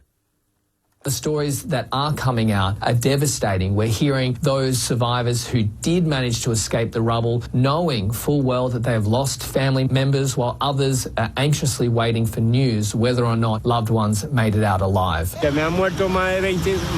More than 20 of my relatives have died. I've been left practically alone in this world. I'm alone. The initial international response has been immense, but there have been delays due to the fact that many have struggled to actually get into the country and into those areas where the help is needed due to critical infrastructure like airports being damaged and out of service. Police in Thailand have arrested an Australian man from Ballarat for the murder of a 17-year-old Thai girl in the popular tourist town of Pattaya. Asia editor Krishma Vyas reports from Bangkok. A 45-year-old man identified as Simon Carmen was arrested at Bangkok's Suvarnabhumi airport after the body of a Thai teenager was found inside a black suitcase near train tracks, according to Pattaya police. The suspect has denied involvement, but police say they have CCTV footage showing the pair holding hands as they entered a hotel in Pattaya. There is also security camera video of Carmen later leaving the building while dragging a black suitcase. Carmen was detained on Friday evening in Bangkok while trying to purchase a plane ticket to return to Australia. A South Australian egg farmer says she's concerned about the impacts of bird flu if it were to reach her farm on the Florio Peninsula. The state's first case of the H5N1 virus was detected this week in a giant petrel at Knights Beach at Port Elliot. Claire Fuller's hen farm near Victor Harbour is about 20 minutes away from where the infected bird was found, and she says that she's ramping up her safety measures. We've limited the number of people that are visiting, and there's actually only 3 of us now who are having interactions with the hens on the farm, collecting eggs, doing the cleaning and maintenance. The shoes that we wear out here are the only shoes we wear on this farm. They don't go anywhere else. Energex says copper thieves have caused a major power outage overnight, which affected about 12,000 homes in southeast Queensland. More on this story from Joshua McIntosh. The power provider says a fire started at the Browns Plains substation south of Brisbane at about 2:45 this morning. A torch was later found in a cable pit at the scene where a live 11,000-volt cable had been severed. At its peak, the outage caused 12,000 homes to lose power across Logan, including Baronia Heights, Hillcrest and Regents Park. Kev Lavender from Energex says the public should stay clear of the power network. If they do see any suspicious activity, someone looks like they're doing something they shouldn't, then they should report it straight to the police. Most residents have since had their power restored. To sport, and the Socceroos will face Egypt in their round of 32 knockout match at the FIFA World Cup, following the results of the final games in Group D today. Egypt played out a 1-1 draw with Iran, while in the other game, New Zealand went down to Belgium 5-1. Iran could still progress to the knockout stages, depending on the outcomes of other group matches, but New Zealand is now officially out of the tournament. The Socceroos have never won a World Cup knockout game. They'll play Egypt in Dallas next Saturday morning, Australian time. And in AFL, Carlton has made its 6 straight victories with a convincing win over the West Coast Eagles at Docklands, 17-15-117 to 9-10-64. This is ABC News. Are there any winners in the cost of living crisis? What's causing the algal bloom? Questions. They've never been more important. So the one thing we'll never question is our duty to keep asking. ABC News. Keep asking. This is the 2026 AFL Premiership season with ABC Sport. So right in the centre of the G, spots up Darcy Cameron, who's standing on the blue paint of 50. Hand passes it out to Houston, off a couple of steps, kicks towards goal and nails it. He's so good at that, Houston. He doesn't need much room, and within 40 seconds, the Pies have got a goal on the board in this second term. Didn't take the mark. There's a free kick. It's for a push.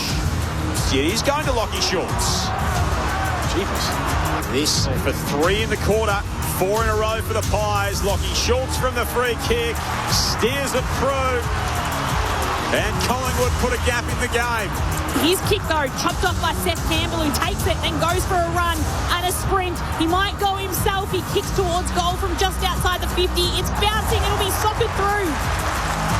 It's popped through by Mansell on his return.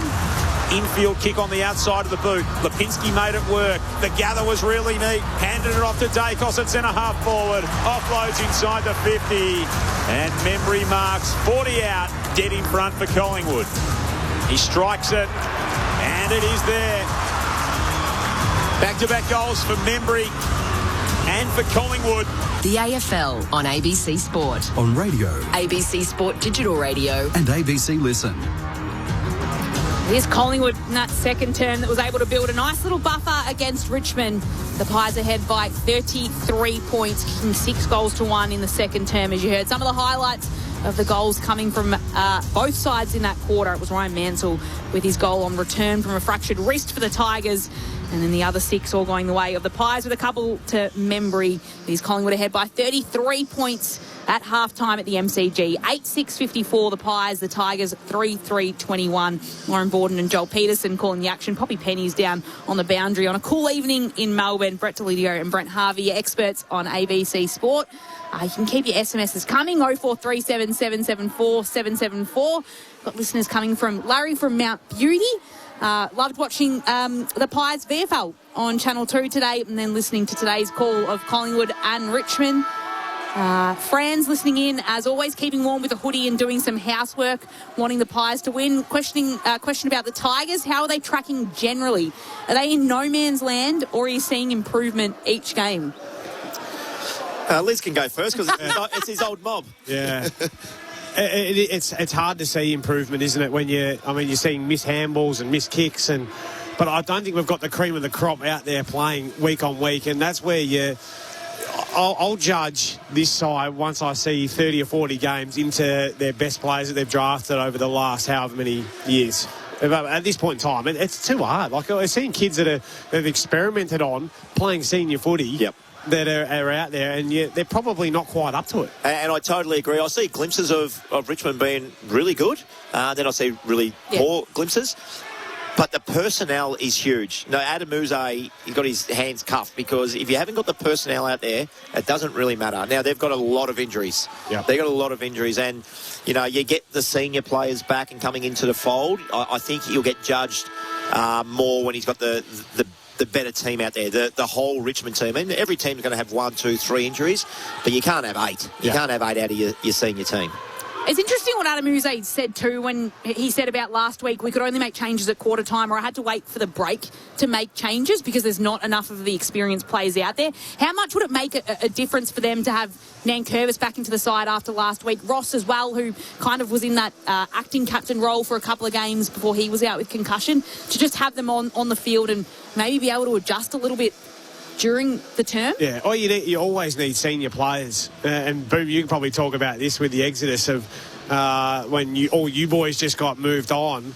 You've got to have and I'm a big advocate for letting players play deep into their 30s, because I just think we're so quick to retire. You get over 30, it's like, all right, 1 year contracts, and you're done. You've been written off. Whereas, this team here is screaming out for some guys in that 28 to 34 age bracket that can lead them out and lead these young kids, But at this point in time, it's like, when your oldest players are, 26 and 27, they're still cutting their teeth and learning their craft as well. Especially ahead of the footy. And Adam Uze said last week that he felt really sorry for his young forwards. I think that the 7 or 8 of them had about 45 disposals between them. Caleb Daniel had 40 by himself. So, it is tough up there for the moment. Noah Bolter's there. They don't have Tom Lynch. They don't have a lot of experience in that forward 50. That's part of the issue is that they've got the defenders down. They've got Floston and Broad, who are terrific. Obviously, Taranto and Nankervis in the middle, but there's not a lot of experienced heads inside forward 50. And I think I've seen that, Joel, tonight when they keep bombing the ball in there. And who's the tallest? Lafau is going for the marks. Now, he's not a tall forward at all. He should be a third. He's playing as the first at the minute. So that's where they've got to change their game style slightly. And is it some chaos ball? Is it putting speed on the ball and bringing the forwards up, kicking the ball out the back, kicking the ball along the ground? So the Collingwood, Frampton and the Lights, Howe and these type of guys can't mark the ball on them. Try something a little bit different. Yeah. You can only play to your personnel. So I would like to see a little shift in their game style just for the personnel. When they got Lynch down there, absolutely kick the ball in long and high. Lynch is not playing next year, I wouldn't imagine. You wouldn't think so. So who's the next forward to step up? Yeah. Because they're all still young, aren't they? All their keys are still very young. You look at young Fawcett, who played last week. Jonty Fall. Young Sims can't get on the park. Harry Armstrong. I get the injuries is one thing, but when they have played, you still need that big post who's going to protect them a little bit to help them learn their craft. So, well, maybe they go out and get one, Leeds, and look at something in the off-season for that exactly. If Lynch doesn't play, or they keep Lynch for another year, just to say you need to help these boys out. It's one of the two, isn't it? You've got to go and get some. I don't think they can rely on these young kids. You've also got to want one to come. That's the other part of it. That's the hard part, isn't it? You're looking at a second-tier forward who's just looking for opportunity. So therefore, you're better off the blood and get the young kids. What you've got. Yep. Well, they actually just need some height. Like, I'm looking down there now. Bolter has gone down there, and Lafau's up a little bit higher. But yeah, you need that tall. Is that Mansell in the goal square? Is it? Who's that? No, it's not Mansell, is it? Alga, maybe. Alga, and he's hit the scoreboard a couple of times, so maybe he can play a little bit taller. But Jeremy Howe's playing on him. Who's going to win that aerial contest? Just a 19-year-old as well, Jasper Alga. Plenty going on in world sport. Started real early, have we? All the players are in position. Players were in position 2 minutes early. So they've just been standing in their positions for 2 minutes. We might be able to get an update on Cyril Rioli at three-quarter time. So 4-time premiership player at Hawthorn, playing at Tongala in the Murray Football League today against Cobram. It's a good story too, Loz, I reckon. I think they were underdogs, Connie, against Cobram. They were certainly underdogs at three-quarter time. There's a little tease for that story a little bit later on. Let's get underway here in this second half. 33-point lead to Collingwood. Cameron tries to send them forward. And Prestia cuts it off. Out wide for Rechko of Richmond. Paddles it around Jack Crisp. Crisp beat him back to the footy, though. Handball on the up, looking for Ned Long. Couldn't find the handle on that one, and Brown takes it away for Richmond. He gives it by hand infield to Grill. Grill flares it out wide to right half forward. Rechko, the target of the kick. Coming up to meet it was Alga with some real intensity. Dropped it off to Prestia by hand. Right at the feet, his kick there of Rechko, who's 65 from home out at right half forward underneath the Shane Warne stand sign. Finds Houghton 55 metres out. Much busier than last week, Taj Houghton. His first game back from that hip injury. Put together a full pre-season and had it derailed right on the eve of the campaign. Kicks to full forward. Lafau brought it down. Taranto steams through, throws it on the boot and gets Richmond on the board within the first minute of the third term. There's some leadership from Tim Taranto, who steps up and gets their first goal of this second half. 4-3-27 to Collingwood 8-6-54, and it comes within a minute of the resumption. Well, what I love about this kid is that he will continue to work regardless of score, regardless of who's around him. Doesn't matter. He'll just continue to run his backside off and get to the right spots. You know, the kicks don't always spin right and whatever else, but you can't ever question his effort and that ability in front of goal. That was quick hand to foot. That was just natural forward craft. Could he become when they get a really good mix of young youth come, can he slip forward a little bit? He looks like he's got that forward craft. He's always shown his ability to get on the end of it and kick goals. He's had it ever since I first started with him at the Giants. Now in the middle, Taranto. Nankervis is down there, taps it down to Prestia this time. Hand pass to Houghton, who goes backwards to Nankervis. Thumps it on his boot this time, all the way inside forward 50 for the Tigers. Lafau goes in after it. Then Houston will track it back for the Pies in the end, does the tackling. Hand pass comes out towards Grill. Still in the hands of the Tigers as he pumps this one towards the goal. Cow's there to hold on to it and just rush it through for a minor score for the Tigers. It's Collingwood's lead cut back to 26 points early stages of the third term. Saturday footy on ABC Sport. Still hasn't kicked a goal. Sam Brill playing game number 14 today in his rookie season. Pies come off half-back. Houston kick up toward the wing. McStay went without it. Tresize is there for Richmond to intercept a loose hand pass. He flips it up to Taranto in front of the Richmond interchange bench.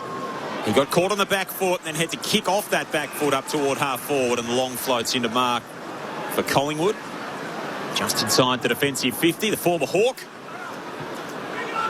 sends it out toward the interchange, and Tresize steps in front of Swadling to pick that off. So a bright start to this second half for Richmond. Yeah, you're spot on, Joel. Just build the pressure now. Just keep the ball in their forward half of the ground and build the pressure. Lefty sends it inside the arc. And two in a row. He's kicked that with a wet sock. It hasn't got a lot of carry on it, and Ned Long's picked it off. Takos shoots it across the defensive goal square. It looked dangerous for a moment, but Crisp's there to accept it in the left back pocket. He works it out close to the boundary, looking for side bottom. Knocks ahead of Morris Rioli. And then can chip it across to Long, back edge of the centre square. Takes it and hand passes it to Josh Dacos, who has Crisp running alongside him. Uses him as Crisp puts it out wide towards Harrison. Half forward for Collingwood. Southern side of the MCG. Swivels around and then just lowers the kick and finds DeGoey on the lead. Has the mark and will have a set shot at goal for the Pies. About 50 metres out he'll have to kick from. Looking for the response to Taranto's opener in this third term. Oh, Boom and I were speaking at half-time, and the inability of a lot of players these days to be able to hit that little lead-up. The easiest kick in footy as you're going really fast, just drop it in front of your forward. That was really well done. I think, did you say it was Harrison who kicked that? Yeah, it was. Harvey Harrison. So in comes DeGoey. It's a low ball. It will clear the line, goes through. For the quick response for the Pies, comes off the boot of Jordan DeGoey. And Collingwood's lead will push out to a 32-point margin. 9-6-60 the Pies. The Tigers 4-4-28. 4.5 minutes have been played in this third term. Saturday footy on ABC Sport. So ball transitions from full back from a kick out ledge. You don't score too many goals from a kick out, and yet the Pies did it and the Tigers didn't touch the ball. It was fairly well played by the Pies. As we see young Taj Houghton coming off, which is not amazing. We might have to pop down and see what's going on there. He has limped off the ground. Let's go downstairs to Poppy. Yeah, he has come off the ground and he is going straight down the race with a doctor. A doctor's just pointed him straight down there, so that's not great news for him. Not at all. Such a talent, Taj Houghton. 12th pick at the 2024 draft. Just has not been able to get a run at it. Played the last 7 games of last season. Came back in after missing a good chunk of this year last week. And limping off the ground, having with the hip stress reaction at the start of the year. That's not a good sign. The Pies get the clearance, sock it off the ground inside the forward 50, and it might have been the old bump ball there. Buller's pulled it in. It's been paid the mark. Yeah, the goalie's done this 3 times tonight. Kicked the ball off the ground. Obviously been staying up late watching the soccer. But he's actually getting good purchase on it. One went about 40 metres. If we had the DRS, what are we thinking there? Well, I missed that one on the scoreboard. Hopefully they show it on the replay. Might have used the ground potentially, Jack Buller. Anyway, kicked a goal to end the second term. It's not his fault. It's 45 metres out directly in front. Jack Buller on the approach, looking for his second. He's got it. And on a very cold evening at the MCG, it feels like we're all on Buller. And the Pies fans certainly are now after he slots his second. 38-point margin, 10-6 place, 4-4. After Richmond kicked the first of the second half, Collingwood go bang-bang the other way and push it out to a 38-point break. Yeah, it's a big margin now, isn't it? And this is what the Tigers have got to be up for the fight. They just can't put the cue in the rack and get beaten by another 10 goals. They've got to fight this one out. Can they win the game? Probably not from here, you wouldn't have thought, but they've just got to fight the game out. Be respectable, make the scoreboard look okay. I'm sure they still think they can. What's that, 6.5 goals? They'll be backing themselves, just got to peg back 2 or 3 this quarter. I'd love to see the Richmond mids just working back a little bit harder than the last 2 goals. So Cameron taps it away, hits the chest of Nick Dacos. It's won by Ross, who hand passes it backwards to Cumming, driven into the turf by Nick Dacos. Be another ball up right in the centre of the MCG. Cool evening. Cloudless in the sky, very crisp down at ground level as Josh Dacos takes it. High fend off, I think. Josh Dacos did a high fend off and Ross. So Ross will get the free kick now for Richmond. You're away. In the centre of the bullseye. Kicks it out wide to Rechko, who dabs it inside forward 50. Taranto marks on the lead. Almost looks as if he's going to kick it inboard, but will go back and take his set shot. Yeah, the Pies will be disappointed in that because that was a slow kick from the inside the centre square. And Rechko just playing his wing out there. He had plenty of time and space. And then Tim Taranto, we spoke about his work rate and his ability to get down. He's got that forward craft. Just found a little pocket, Pooh, and drop it into him. And I'll back him in with these settings. He's usually pretty sound. Tim Taranto coming in and looking for his second of the quarter. The kick towards goal is good. Bang on, Lids. He's got 2, Tim Taranto. And the Tigers just peg one back and keep that margin at a point where they can keep working away at it. Collingwood is still leading by 32 points, 10-6-66. The Pies, the Tigers, 5-4-34. 8 minutes played in the third. Well, I was just about to give her a cook if you had missed that, Lids. Say the commentators first. Why would you do it to him? Why would you do it to him? But back my boy. Nah, you obviously know him fairly well, and you've picked that one. That was a beautiful set shot. So that's 2 goals now for the quarter. You spoke about his forward craft, but Lids, you called it well. Richmond just held their width on the ground, didn't they? They didn't collapse into the corridor, held their width. And it's amazing when you get a little bit of time to go inside forward 50. That's the kick, the connection piece that not a lot of teams are fantastic at. They're the ones. You just need an extra second. So, well done, Richmond. Tigers hit back in the middle. McCreary's in there for Collingwood trying to fight for it. There's the tackle to draw things to a close. Pies kicking to the city end here. In this third term, Bolter tries to emerge, took on a couple of tackles, handball to Grill, he took on a couple as well. Josh Dacos picks it off. And now the Pies can take possession of the footy. Nick Dacos flips the handball back to Perryman. Perryman off a step, drives a long footy up toward the forward 50. And Flostone peels off to intercept easily right on the red paint of the arc. Shoots it defensively to Broad. He's within 40 of his defensive goal. Tigers 5-4, Collingwood 10-6. Earlier today, Carlton big winners over West Coast. Tonight we're sending you to Adelaide Oval for the showdown, a Port home showdown as Miller turns it over inside defensive 50 for Richmond. Schultz cut it off, picked up by Lipinski, and he offloads to Membry. Tim Membry's got a pair already in a 45-metre set shot on a 45-degree angle. Yeah, I was really disappointed by the Tigers then because they actually held their width on the other side of the ground. They should have went the other side. They had a 2v1, potentially would have been an inside 54. Now they're getting a shot on goal against. Kick 2 in the third term. 2 in the second term, I should say. Tim Membry, 3 last week. Ben Miller stands on the mark, leaning and trying to put him off. It's to no avail. Membry's kick doesn't get there in the end from 45.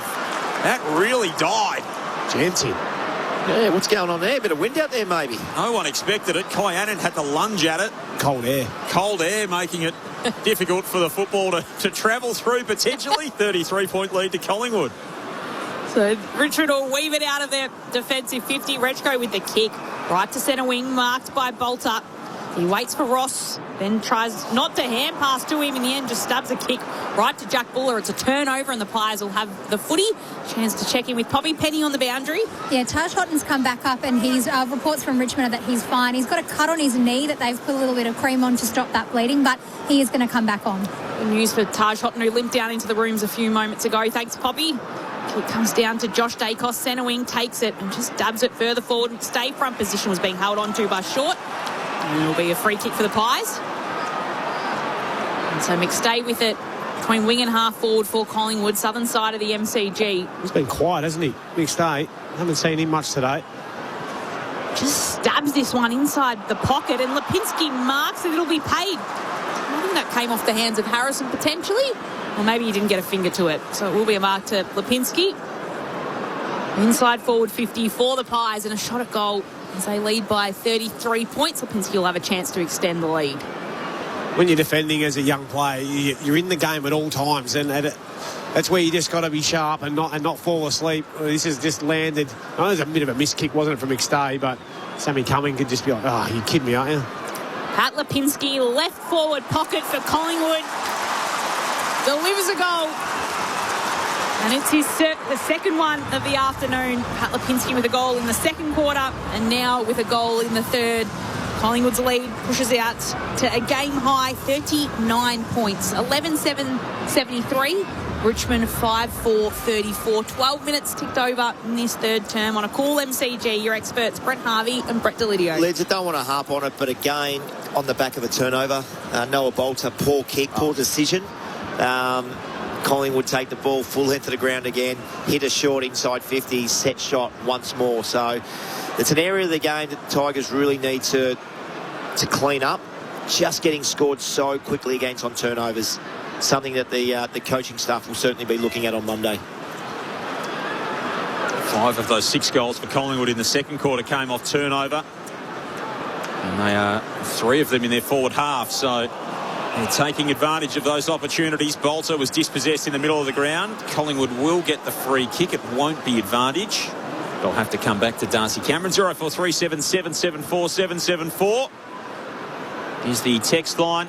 Join us in the ABC Sport commentary box. Send through a question for Lids and Boomer. At this stage, you can just let us know what you're having for dinner, and that might give us something to vicariously enjoy as this ball game gets away from Richmond. Side bottom runs through right half forward. A man from the road kicks inside forward 50. It's bashed out of play by Kai Anand, and it'll be tossed back in right forward pocket. It feels like, Lids, a night for the slow cooker, I reckon, this kind of weather. I hope you're organised enough to have it on. It's a bit late to be putting that on. I reckon it's got a high setting. Yeah. You want to be extra, I think. Time I get home. Eating at 2 o'clock in the morning. It'll be good, though. So tossed in, cleared away by the Tigers across to half-back. Punched over the boundary line to throw in. Like footy, Loz, it's all about the preparation. I've already done my bolognese sauce for tonight. Yep. Had it on the stove, just simmering for a couple of hours before I came to the football. Is there a Boomer Harvey special ingredient in the bolognese? Oh, there Everyone's is, got but one. I can't give that away, can I? You're not going to give it away? Maybe after we've got enough time. Keep us posted. Keep us hooked on. Maybe after three-quarter time, we'll find out your special ingredient in your bolognese. Might be in the votes at this stage. Your special ingredient. So ball is tossed in. It's another stoppage. Everyone dives on top of the footy, and it's a ball up at half forward for Collingwood. Richmond retreat with the footy, bring it backwards, and then Trezise will take it. Hand pass it across to Houghton, who is back on the field after going into the rooms. Got swung around by Crisp. Umpire said play on. Hand pass comes out. It's won by Long, who can take it. He's tackled and penalised for a throw. And Cumming will take it for the Tigers. Left half back. His side trailing by 39 points. Cumming drives it up toward half forward. Frampton worked Mackenzie Lafau under that. Yeah, we've seen that a few times. Easily. Seen that a few times tonight already, and they've just got to stop doing that. It's got to be more of a kick to advantage, so Lafau can run and actually jump at the football. That one's only just stayed in play on the outer side for Harrison, who was standing outside the field of play when he accepted the mark. Comes in short for Perryman of Collingwood at half-back. He tumbles a kick down the line. Won't work out for Houston, who turns tackler on short immediately and wins the free kick for holding the footy. And so, the former power All-Australian, of course, Port will be in action tonight in the showdown. Aggressive kick through the middle of the ground to McStay. Now to Perryman. Perryman low, intelligent kick to Howe. Bounces it out to him at right half forward. He's got options everywhere. Jeremy Howe goes to the pocket for Buller, who stretches to mark. It's been paid. He might have got hands to it just inside the chalk. And Jack Buller with an impressive mark. It'll take an equally impressive kick. He'll start his approach from right up against the fence in the right forward pocket. It's good commitment, that, knowing that the fence is there, but also the carpet burn that he was about to cop from that matting that's around the outside of the G here. This will be a damn good kick if he can knock this through. So he starts with the spectators. He'll kick from beyond the boundary line. It won't get there. And Miller comes across to mark for Richmond. And so they get out of trouble from the last line. The Tigers, they trail by 39 points, 17 gone, third term. Miller moves it out to Rechko, hand passes it to Broad, flicks it across to Bolter, and he hand passes it to Green, whose kick isn't great as he was looking for short, has to go in after it. Frampton got there and didn't have to push it away to Pendlebury, whose hand pass then a turnover to Mansell, who has it. Hand passes it across to Rechko in the hands of the Tigers. The hand pass to Green as he chips it inboard towards Houghton. Centre wing for Richmond, just wants to kick right down the line. Cameron saw where that was coming and intercepted it from Cumming as Pendlebury then picks it up, shares it with Long in a 1-2, takes it and hand passes it to DeGoey, streaming along to half forward. He was dispossessed of the footy. It was good work there from Houghton, but the ball spills inside forward 50 for Collingwood. Houston will have a set shot at goal. It's just a behind. Did I miss something then? Why wasn't that dropping the ball? You haven't missed it. It's been the same for the whole time that we've been watching footy. I thought that if you don't kick it, you've been tackled. What does that mean? Well, because you made an attempt. He ran six steps. It's prior opportunity. Maybe the only thing I can think of is the umpire thought that it wasn't a stuck tackle. Maybe it was more of a push than anything, but it didn't look like it from here. Oh, that's twice he's done that. He's not hit Marble Roof as well. We're not even at Marble. And drives it high and long. Outside the defensive 50. It's like when you hit the crown of the driver and it just goes a million miles in the air. Done that before, have you, Joel? Once or twice, Boomer. Yep. Of the few times that I connect with the driver, it can sort of go everywhere. Bolter wins it down, stoppage on the outer side wing. Look at Campbell, arch the back, run away from Quainer. 2 bounces. He gets through half forward. Seth Campbell's got no one home, drives it deep. From the side, Tresize. Rightio, let's get Seth Campbell up the ground, play him on ball, because you want him doing that as much as you possibly can. That's exciting football, Lids. That is exciting right there. He didn't even get the mark. The umpire's taken it off him for a push. He's come over the top of the pack. He's not been paid the mark. And Tim Taranto's going to have the shot at goal. One of the great gifts. Tim Taranto with a third.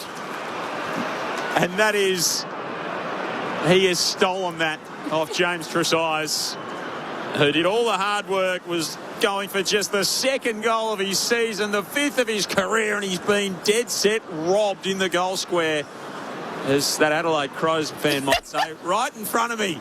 34 points the way of the Pies after Richmond's 6th goal of the game, 19.5 played in the third. So if you're a smart player, you can just, someone's a gun full forward taking a hanger, you can just go and push someone in the back just before it. Well, what is it actually for? He's called it a push, but oh my goodness. I love this play. I love this by Campbell. That is really good play. You know what? Take the game on. Front on push, Lids. That wasn't there. Barely anything in there. Spare me. 34 points the margin. The Pies ahead. Tim Taranto with the goal there for the Tigers as Cameron takes it from the middle. Hand pass to Josh Dacos. Has been a whistle. It's coming back for a free kick to Nick Dacos. Poppy Penny on the boundary. Yeah, Tresize came off and his teammates were all having a laugh. He knows he was robbed, and so do they. At least he's having a laugh about it. Nick Dacos chips it across to Perryman, who chips it to centre wing, broadcast side. Still side bottom, takes it, and takes a couple of bounces as well, and kicks to the right forward pocket, looking for Buller, who just slipped over. And Kyanan easily came in there to end up with the footy in his hands. Collingwood ahead by 34. Oh, Annan's kicked it straight to Ned Long. He couldn't mark. Membry takes it. He snaps it around the corner and doesn't make the distance from 25 out. Oh, Annan, he had 3 options there, and he took the most dangerous. I know you've got to pull the 45s when you're losing, but not by the way he's been kicking it. I totally agree. That was the one that he didn't get under from Kyanan. Kick up The outer side wing, Lafau flies at the footy, brings it down to the front of the pack. Brown on the boundary line on the outer side, kicks down the line. Tim Taranto will mark. He'll move it on from halfway. Looks inside the 50. Presti at the deepest target. Floating back in front of the pack was Jack Crisp to mark for Collingwood. Spins the yellow Sharon in his hands before he offloads it to Billy Frampton. Pies by 34, 21 and a half gone in the third term. Maurice Rioli closing at a rapid rate of knots. Frampton kicks toward the wing in front of the interchange gates. Annan slides in, made a mess of that with Rechko. Just punched it desperately to Short. Short then sends an inverse torpedo up toward half forward. Crisp will just wait for it back there. He picks off a short pass to Long, who handballs back to the overlapping run of Crisp. Puts it on his boot right into the centre of the MCG. Degoe, one-handed mark against two Tigers. Holds on to it, then moves it on to Ed Allen quickly. Puts this kick right into the forward pocket. Membry chasing after it, does hold on to it inside the boundary line. Wants to kick inboard, back to Degoe, who's come running on. Will have a set shot at goal from 52 metres out. That was missing from the moment it left his boot. Collingwood's lead now 35 points, 11-9-75, playing Richmond 6-4-40. At three-quarter time, we'll head to Adelaide Oval to get a preview of the showdown. Port Adelaide and Adelaide taking place. That's where we'll take you at the conclusion of this game. We'll also find out how Cyril Rioli went at Tongala today, Joel. It's a good story, Loz. I reckon that one. It'll be front page of the Tongala Times this week. I don't know. The Free Press, it's called up there. The Free Press? Is that the paper at Kai? In Kai, yeah. I don't think Tony's got a paper. I wasn't sure whether Tony'd have a paper. I was just fabricating that entirely, but good to have a little bit of local knowledge as part of our crew lids. Campbell at half forward for Richmond. Can't keep it in, and it'll be a ball up left half forward for the Pies. Good newspapers down that way, Joel. Yeah, some of the employees over time that have worked for them have been a bit suspect, though, Loz, just quietly. The first story I ever wrote, sorry to jump in here, was on Brett Delidio's calf. Really? Yep. As in, you started. It is cow country, so are we talking animal or? Yeah, I owned a few. Few bad ones. Yeah, they were just yours, though. Yeah. Middle of the ground, the Pies take over. Josh Dacos swoops on the footy. Here's Perryman. Brett Delidio, Boomer Harvey, your experts on ABC Sport. Membry takes the mark. Front point of the square. He can send the Pies into attack once more. Membry chips it across to Crisp. Right half forward for the Pies. They've got a handy lead, 35 points. Just chips it back to Nick Dacos. 60 metres out from goal. He'll put this one into the right forward pocket again. McStay. Couple of hands to it. Jan Anand and Banks putting pressure on him over the boundary line for a throw-in. Deep inside forward 50 for Collingwood. 35-point advantage. The temperature is in the single digits now at the MCG. A very, very cool night in winter. Tossed in to going in after it. Gets brought to the ground. Boston can clear the kick away only as far as Houston. Poppy on the boundary. Yeah, you mentioned the temperature, Loz. It's not getting any warmer down here. I've got the hand warmers in the pockets. We promise we're not trying to rub it in, Poppy. We promise. Feels like you are. Flostone kicks out wide. Tracking the footy in flight neatly was Green. Kicks up to half forward. Bouncing ball for Taranto. 3 in the quarter thus far. He wants to share this one to Bolter. And Noah Bolter marks 25 metres out, as good as directly in front. Well, I think we've had that question answered about Tim Taranto playing forward. He's already kicked 2 this quarter, and now he's set up another shot on goal. Was it 2 this quarter? 3 this quarter? 3.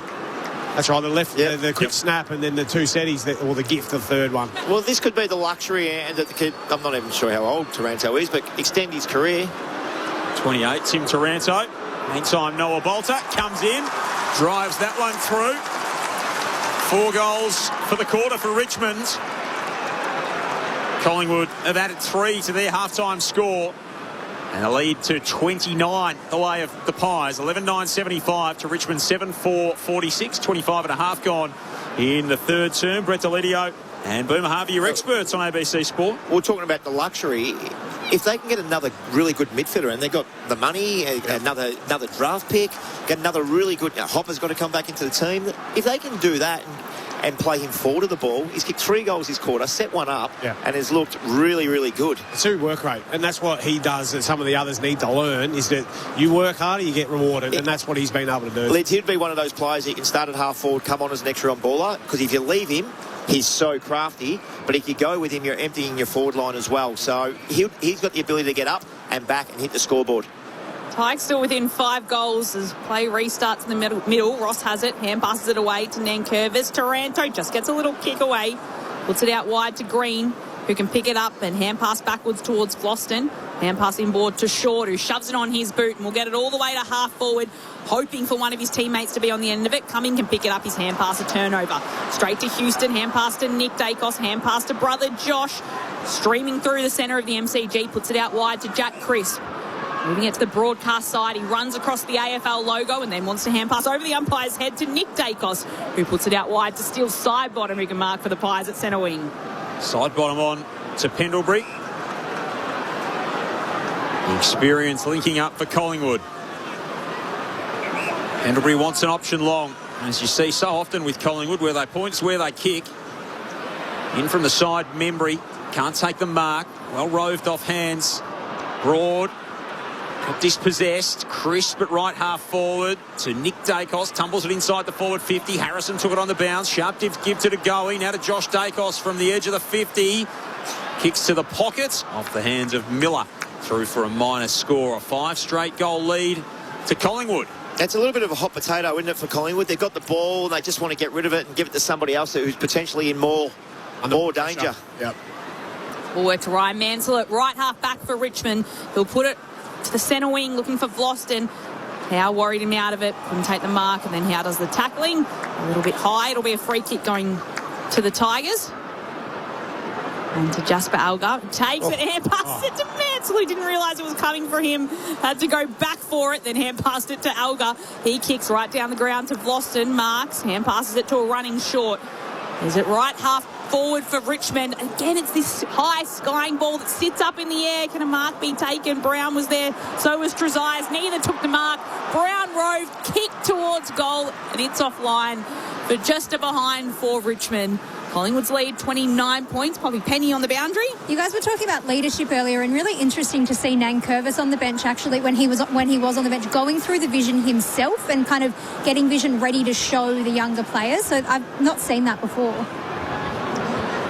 Premiership player, such an important part of this team, the captain, doing it in a variety of ways. He forces the turnover there. Ross to Banks. Banks to full forward. Mark to Green. And the Tigers will get the final say in this third term. And Steely Green can turn it into a 23-point deficit if he kicks truly here. It's a huge kick, really, isn't it? Because this keeps them in the ball game. This keeps them right in the ball game. Go in. Uze gives his message, pumps them up a little bit. Get the first one. You're only 3 goals down, Lids. They trailed by 25 at three-quarter time last week. Kicked the first 2 of the last quarter, and it was absolutely game on against the Kangaroos. Steely Green comes in here. 30-metre kick after the three-quarter time siren to give them hope. He misses. Away to the left-hand side. It's a poor result, and it makes the three-quarter time margin 28 points the way of Collingwood. 11-10-76 to Richmond 7-6-48. The Tigers kicking 4 goals 3 in that term. Collingwood with the inverse, 3 goals 4. 2 goals for the Pies, to Buller, to Nick Dacos, to Tim Membry and to Pat Lipinski. Singles to DeGoey, Schultz and Houston. For Richmond, 3 goals all in that quarter for Tim Taranto. 2 to Jasper Algar, 1 to Ryan Mansell. The other goal in that term coming through Noah Bolter for the Tigers. Goal to Steely Green there would have made things interesting, but nonetheless, Collingwood just ahead by 28 points at three-quarter time. We'll check in with Aaron Bryans at Adelaide Oval in just a moment to get the latest in what's happening as we build towards a showdown between Port Adelaide and Adelaide. But at three-quarter time, it's Collingwood ahead by 28 points. Saturday afternoon footy on ABC Sport. From Olympic glory to criminal infamy. I went straight to the dark side. In an ABC News documentary. I didn't fear prison, I didn't fear anything. Deep End, the Scott Miller story. Streaming now on ABC iView. This is the 2026 AFL Premiership season with ABC Sport. Swivels around and then just lowers the kick and finds DeGoey on the lead. Has the mark and he'll have a set shot at goal for the Pies. About 50 metres out he'll have to kick from. Low ball, it'll clear the line, goes through. But the quick response for the Pies comes off the boot of Jordan DeGoey. Look at Campbell, arch the back, run away from Quainer. 2 bounces. He gets through half forward. Seth Campbell's got no one home. Drives it deep. From the side, Tresize. The umpire's taken it off him for a push. He's come over the top of the pack.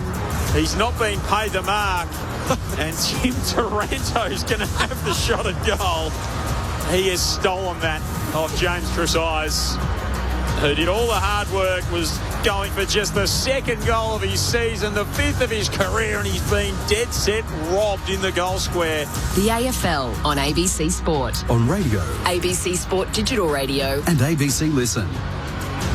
Tim Taranto there kicking a goal, one of his 3 in that third term, after he got the free kick when his teammate Tresize came in with a beautiful mark, but he came in and just slotted that goal from directly in front of the sticks. Collingwood ahead by 28 points here at the MCG. The Pies 11-10-76. Richmond 7-6-48. Following us at the conclusion of this match, once the siren sounds, we'll get our listeners in South Australia across to the showdown immediately. Everyone else will stay with us for a little bit of a wrap-up, but we'll have you at Adelaide Oval by the first bounce of the big showdown. It gives us a chance to check in with Aaron Bryans in Adelaide.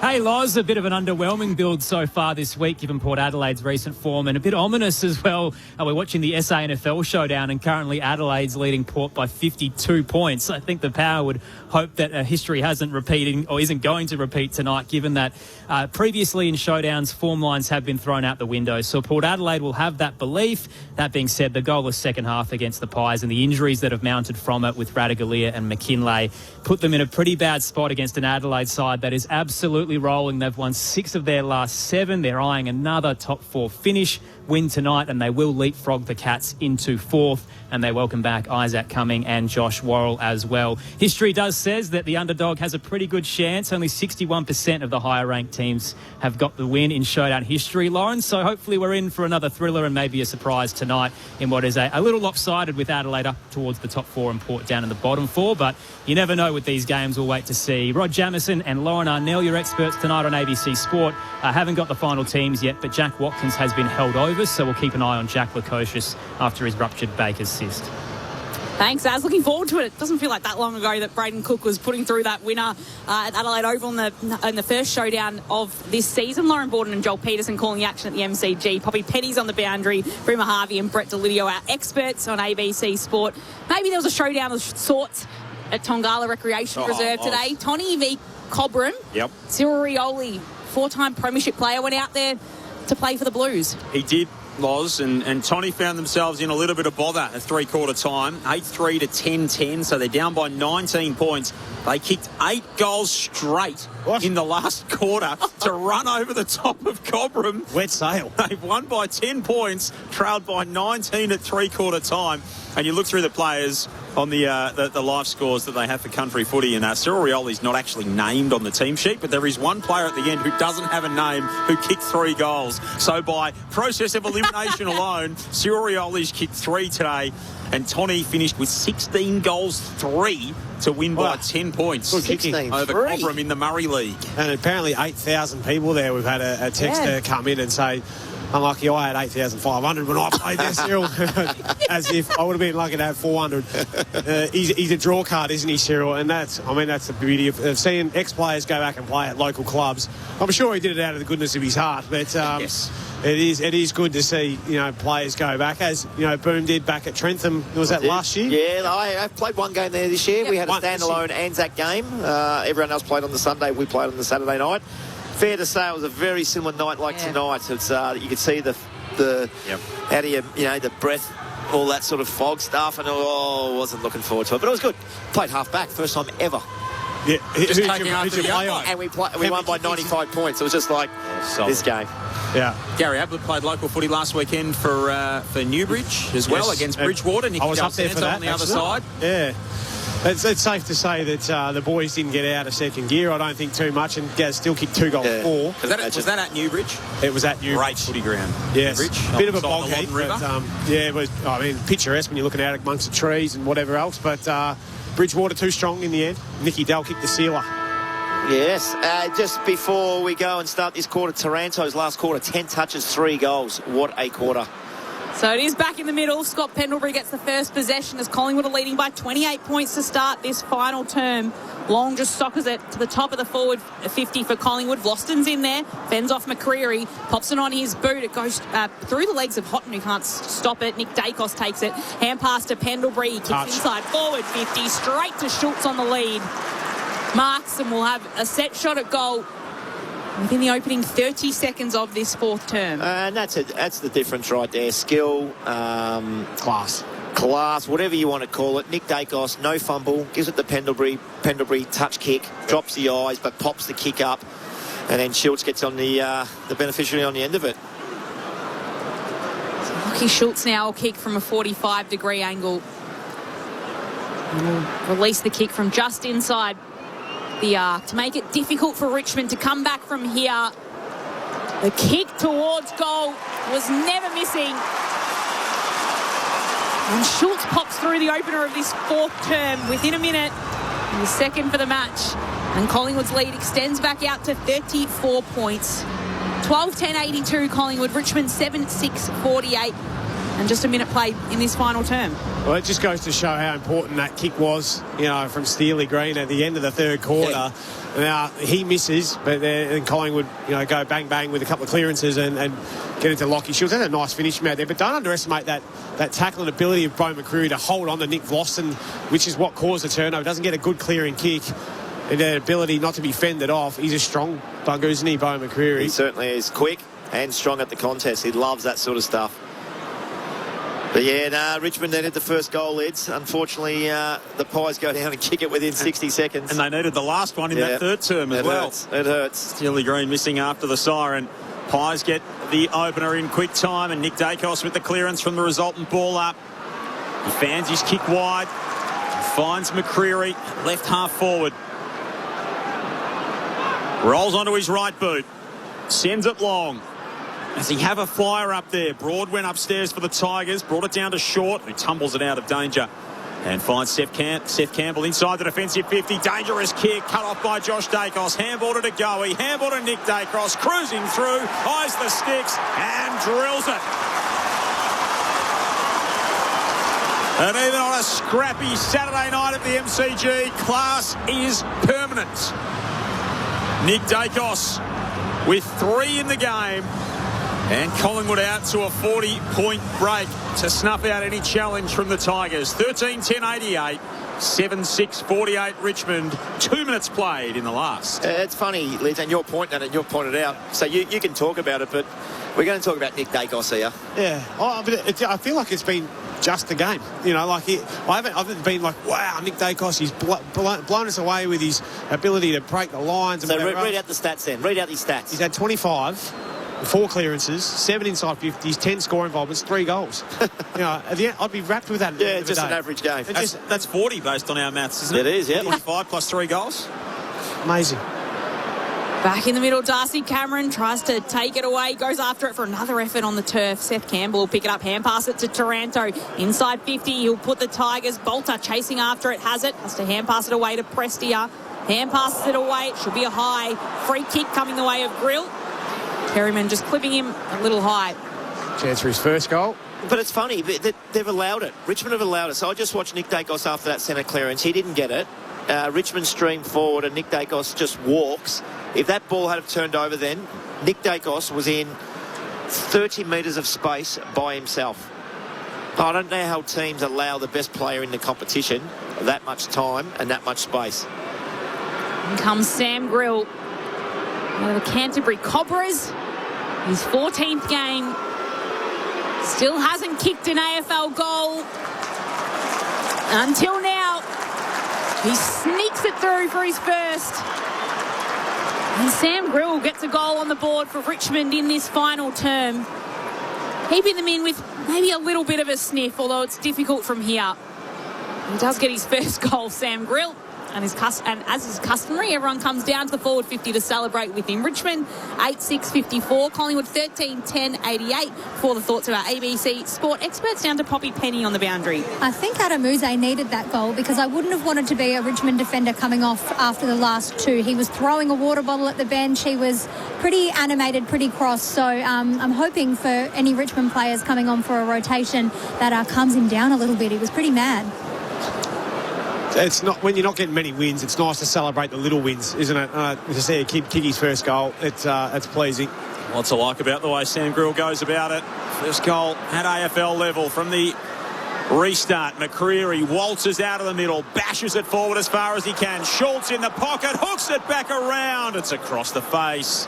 He read it beautifully off hands, Lockie Schultz, and just had a little bit too much hook on the snap from tight along the boundary line. Collingwood 13-11, Richmond 8-6. It's a 35-point gap in the game. 5.5 gone in the final term. As we said, we're taking to the showdown after this, and what an expert combination we've got there, Loz. Rod Jamieson and Lauren Arnell. We're sending you the very, very best here at the MCG, and then maybe 1A over at Adelaide Oval tonight. Some of my favourite experts in commentary at Adelaide Oval. Richmond works the footy along the southern wing. What about here? Sorry. What about here? Chopped liver, are we? What did you said? Some of your favourite experts in commentary at Adelaide Oval. I said all right. Boomer and Lids out the back of the. Yeah, we're going. Early finish tonight. Thanks. Lids is on the Glen Waverley line, That's Nathan it. Burke style. Rostered off. I think I've offended people more than Burkie in the Frankston line last week. I love my experts in this box as well. It's too late. DeCoey moves the footy down to half forward, and Houston will mark. Sorry, Nick, you can't just stand there and block him, mate. I'm sure you should know that, mate. Come up and set a screen. Just standing next to Grill, Nick Dacos is, and the kick from Houston finds DeCoey. Some of the highest footy IQ you've seen on a footy field. Ever. And he goes and does that. DeCoey hand passes it away from Houston, where he had a shot from earlier on in the game. He misses this one. Houston again started with the lapse of concentration and started again already. 2 goals in this quarter, and Houston having another running shot from outside 50 as a running halfback. So switch on, Tigers, switch on. It was maybe more what has been customary for Dan Houston. Again, he makes the distance look so easy, but Radar needs a bit of work. 3 shots on the run tonight, 1 goal, 2 for the couple-of-time All-Australian. Perryman drops it inside the forward 50. Tigers everywhere in the air. DeGoey does the work at ground level, lays the tackle, ball up. No, in the back. And a free kick coming to Nick Flostone. Such a reliable player over so long. Nick Flostone, absolute star for this Richmond team down back. Shoots it wide for Green. Green down the line. Got to give it to the runner. You've got to give it to the runner. You've got to beat the man in the mark. Put speed on the ball. Richmond had one out the back. Would have got to him. Elga had Ross going past. Went back behind the mark. Now kicks to right half forward. Bolter comes from the back. Can't take it. Ross ended up being there to try and win the football back for Richmond. Houghton beaten to it by Swadling. Couple of players very early in their careers, and then Jeremy Howe spent it before he had it, fumbled it out of play, and a boundary throw-in underneath the members' stand. 6 gone, final. In fact, 8 gone in the final term. It's Collingwood by 36 points here at the MCG. Saturday footy on ABC Sport. Showdown to come following the conclusion of this match, and earlier today, Carlton winners against West Coast by 53 points. Look out, Loz. They're up and about, the Blues fans. They might never lose again, Joel. They never lose again. Just ask. 6 in a row. Kick comes inside forward 50 for the Tigers, and Howes intercepts the footy. He just made that look simple, didn't he, Jeremy Howe? He's going back in the traffic. He just does like a J-shaped mark. Beautiful. Jeremy Howe shares it with Houston. Kicks down to Harrison, and he'll just chip it to Josh Dacos. All along the southern wing of the MCG. Josh moves it inboard towards Quainer, who then retreats back to Billy Frampton. Hand passes across to Nick Dacos. In defensive 50 for the Pies. They'll complete the switch to the broadcast side of the ground. And back to Howe, who started the chain, kicking down to Lipinski, who had to run onto it. A punch from Vlosten, sees the ball fall to the back of the pack. McCreery's there, takes hold of the footy, gets tackled, can't get rid of it. Holding the footy. Why did he take so long to blow the whistle? No idea. Took Very long, didn't he? It's just been the way for the Tigers tonight. Grill bursts away down the broadcast side wing, kicks to a 1-on-2 inside forward 50, and the one was Tom Brown. Isaac Quainer peeled off. He's got some support from the human showdown, Billy Frampton. Really ordinary kick, that one. Kicked it right on top of his head. Again, got to kick it slightly to an advantage. Quainer kicked it to a 1-on-2 as well, and the one worked that time. It was Darcy Cameron who took the mark. That's 50. That has to be 50.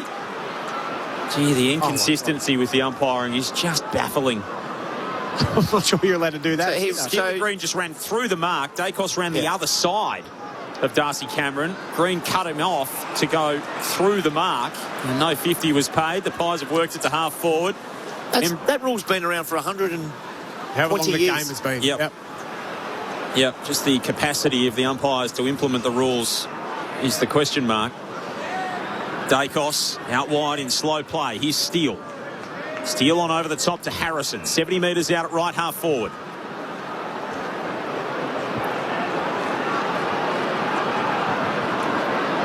Kicks to full forward.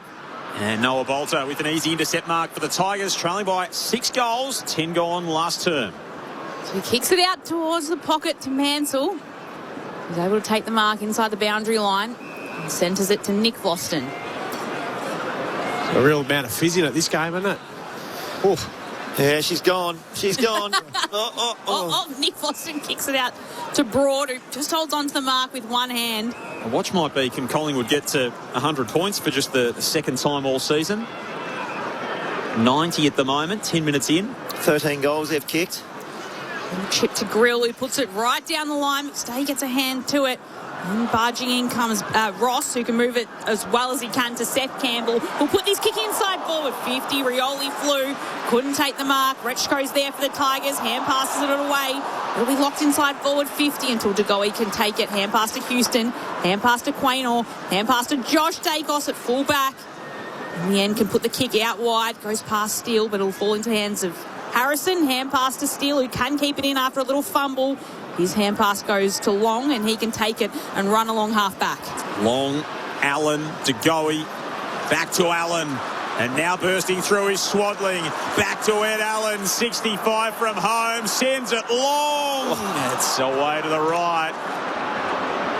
Jack Buller wasn't sure whether he could get there or he just going to let that one go through. I don't think it was meant for him. Or it might have been a shot.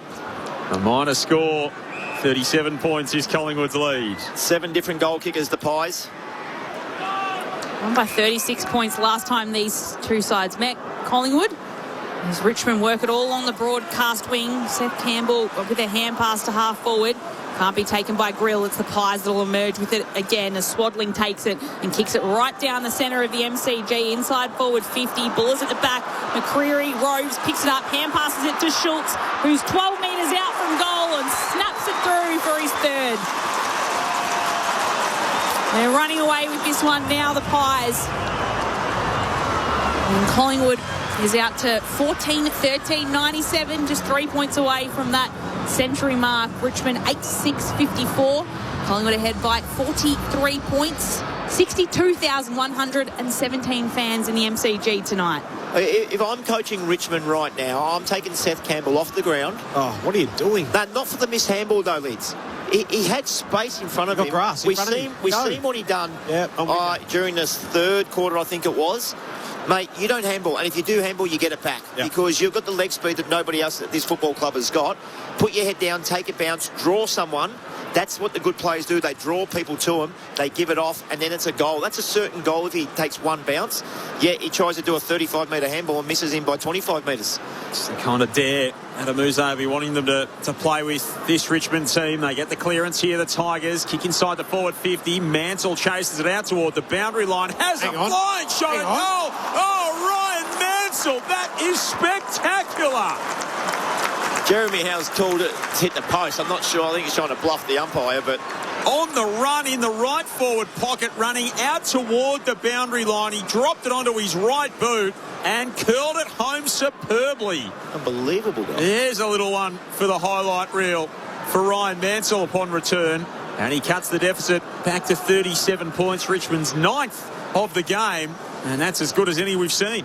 Lids. He's probably lucky he kicked it because he had a 2v1. Could have gave the ball off and potentially had an easier shot, but as an old coach of mine would say, you live and die by the sword, son.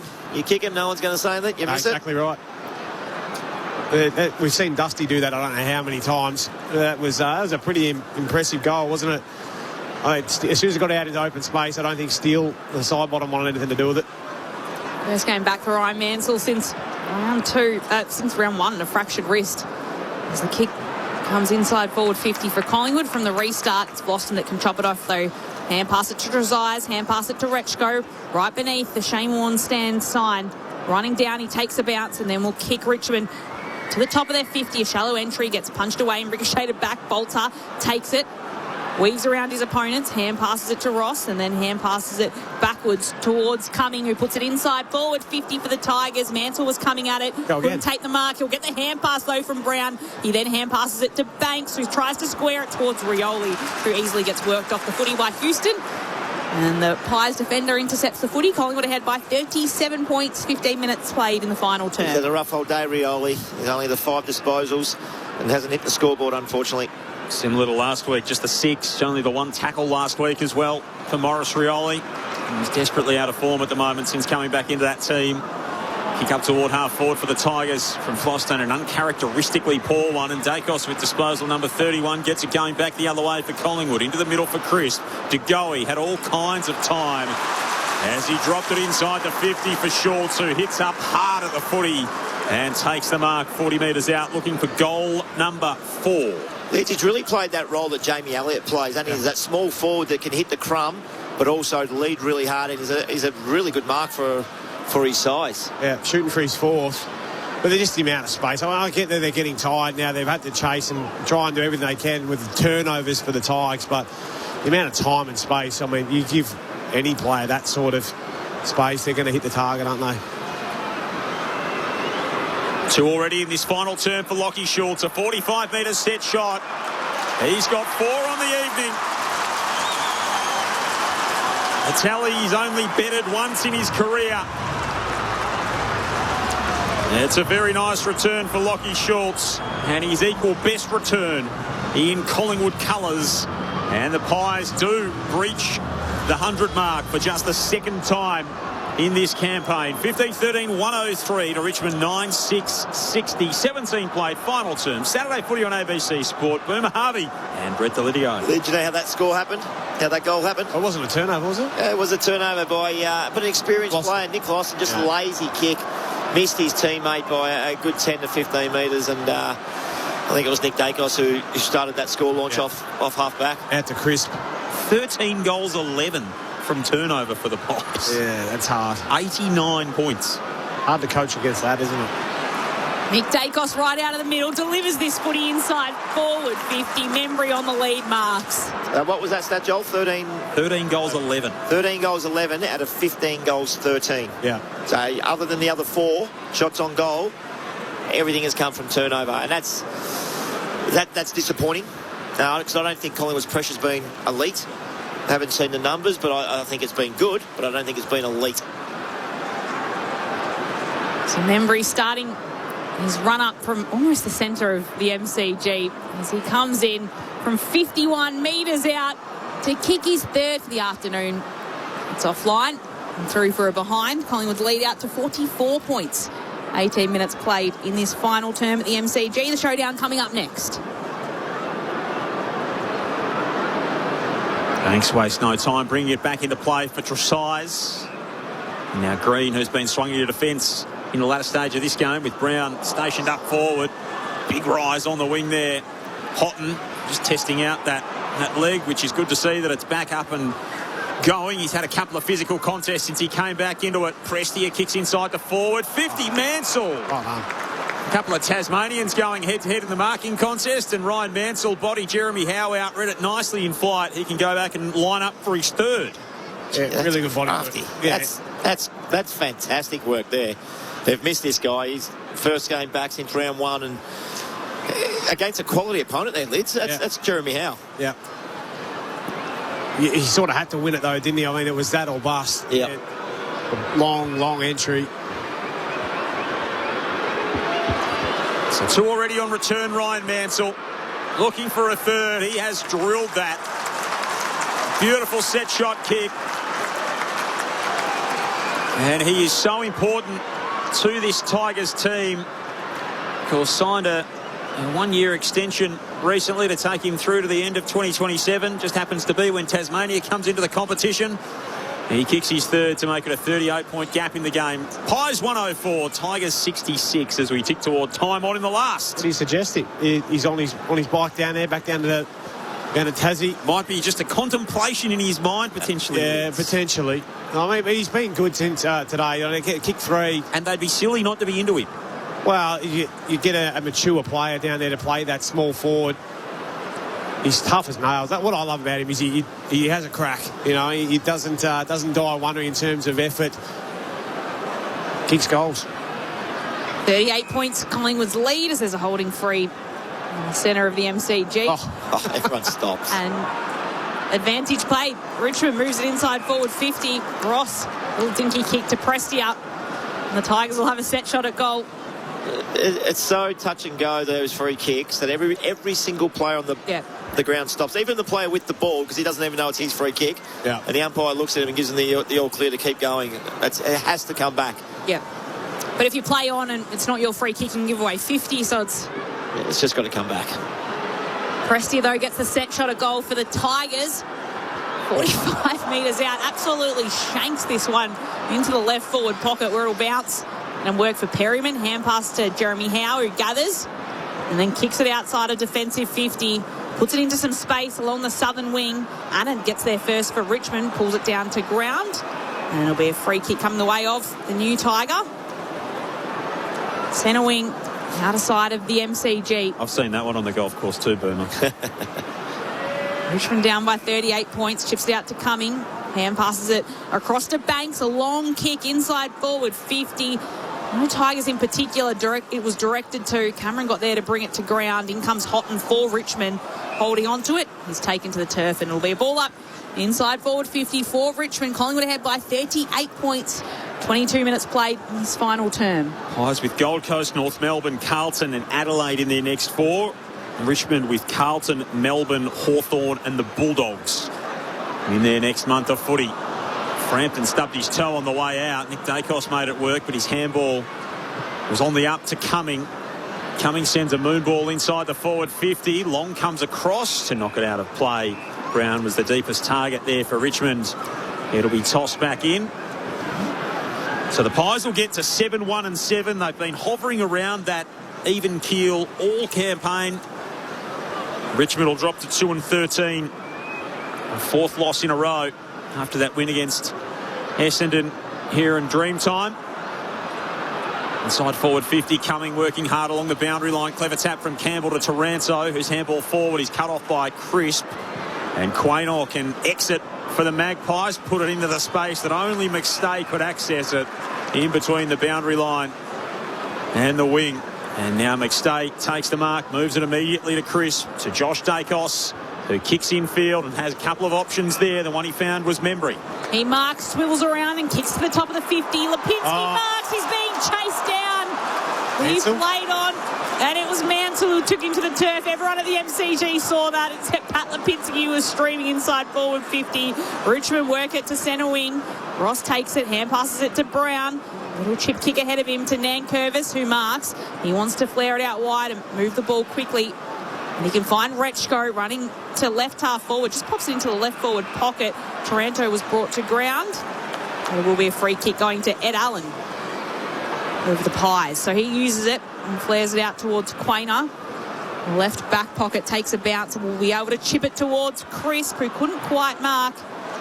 He had Alba coming in to intercept it, brings it to ground. Long will take it though. He can hand pass it across to Quaynor, still in the hands of the Pies. Quaynor kicks up to half forward. Schultz looking for a 5th, brings it down to Membry. 1 fumble, 2 fumbles, maybe a 3rd there for Tim Membry. And then one for Mansell inside the defensive 50. Just hacks it back the other way. He just turned, looked up and said, wherever this goes, I'm okay with it. Dacos on the outside of the boot slides the kick on the diagonal to Josh Dacos. Josh Dacos inside the 50. Oh, Schultz coming in over the top. trying to take a hanger at full forward. Pies still with numbers around the footy. Lipinski at right half forward.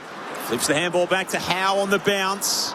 He's going to retreat a long way back to Frampton, who's got Nick Dacos screaming forward in the centre. Surprise, surprise, that's where the ball ends up. Off to Pendlebury, off to side bottom, inside the arc for Josh Dacos. Marks, turns, fires, goals. No, he's missed it. Loz, do you remember those numbers at the start of the game on Dacos' watch? We had a 42, 41, 37. 37. 41 last time out. Leeds 42 was last two against Richmond. Was I 34? Low. Yeah. What are we on? 36. 36. So you had 41 and I had 42, I think. Okay. Take him off the ground now, 36. He's done enough, I think, today. Time to rest him. The Pies do have the footy here as they move it forward. Houston down to Crisp. Down to Long. He's right at the top of the 50. He'll kick to the top of the goal square. Punch through. Another minor score for the Pies. Collingwood's lead now out to 40 points, 25 minutes played in this final term. Oh, a lot of space here. Yeah. Brown marks it, centre half back, and just gallops through the middle of the ground. Pops it into space. Campbell runs onto the bouncing ball. Over the back, Taranto marks in the square. It's a good result, 4 goals for Taranto. Get him forward. News, get him forward. Put another mid in there. Be in the votes with your bolognese, I reckon. My porterhouse. He's been good today, Timmy. He can hold his head high. He pops it through for his fourth. He just does not stop. Tim Taranto, absolutely relentless. And just the third time in his career that he's kicked 4 majors. Makes it a 34-point margin again. 15-16, 106 to 11-6, 72. 27 played in the last. About a minute and a half remaining in this one. Taranto, 26, 4 goals. Yeah. Dacos, 36, 3 goals. The 2 players we spoke about before the game for their respective teams. Yeah, they're both. Good day. Yeah, absolutely. I think it's your 3, your 2, maybe. Yep.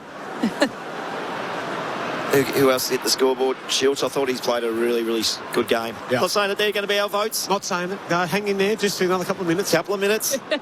Still need Burma's secret ingredient to sneak into the votes too.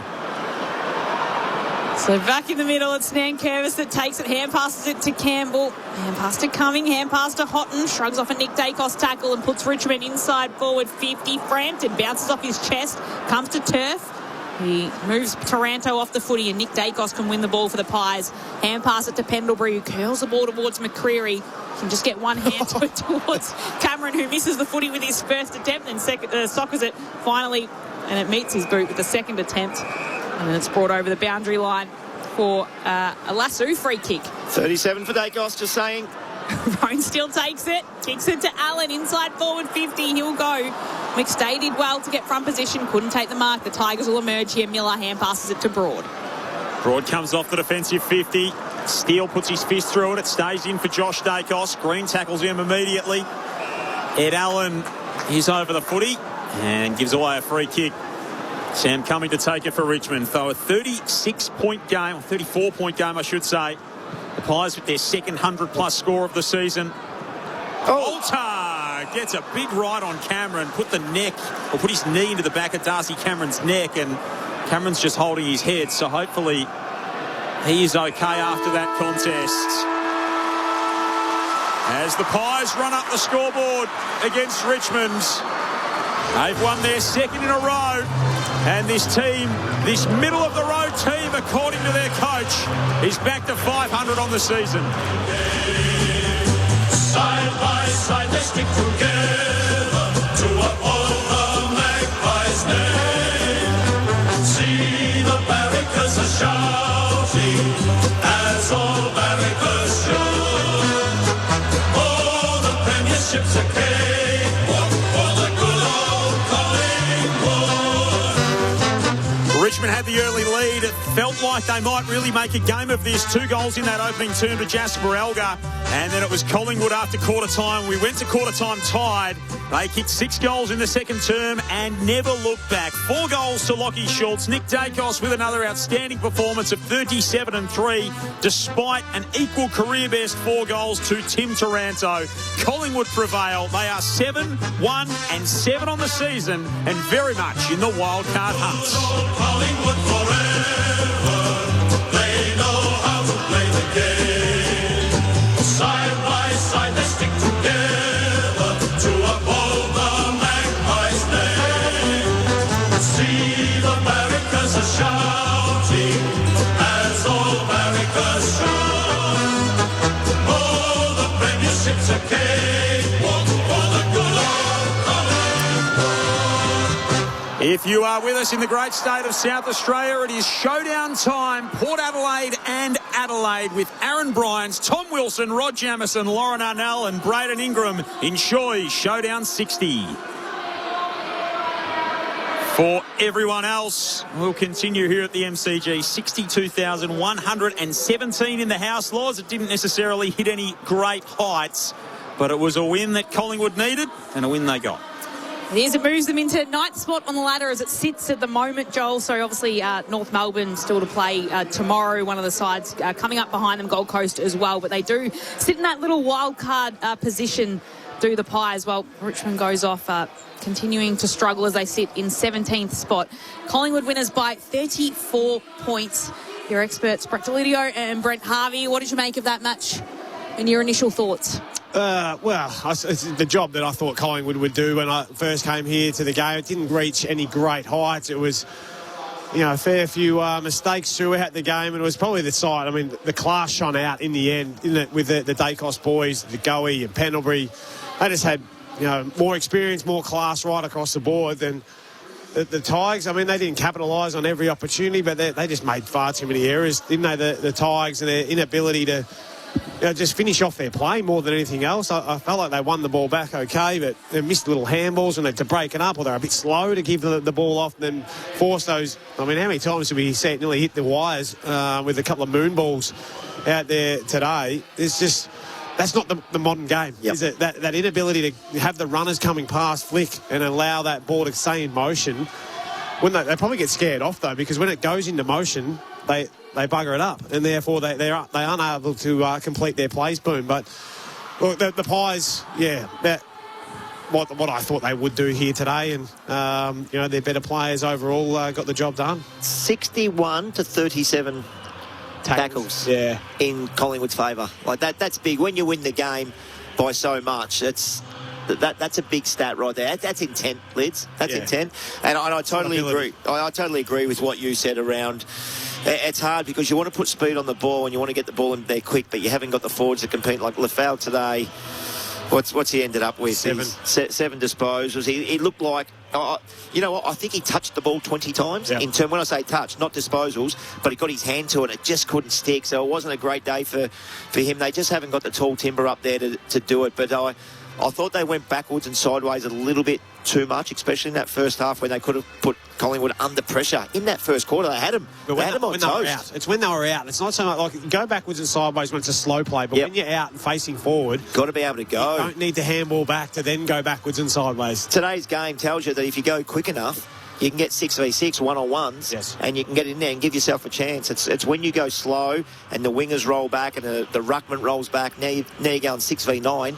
It's impossible. And a game without Lynch and those tall forwards there, it's not a game style that I didn't think Rich. And the execution part of it is you can't miss 5 metre handballs by 3 metres. No, and that's just time, effort, and putting in the extra hours, isn't it? The extra touch, the extra kicking, the fundamentals, and you got to pride yourself when every time you get it, treat it like a piece of gold, not just I've got another touch, great, I'm going to put it at my teammates' feet. I coach under 15 football, and I always say, give the ball to your teammate the way you want to receive the ball. That's not at their feet. It's not making them jump half a metre. It's not behind them.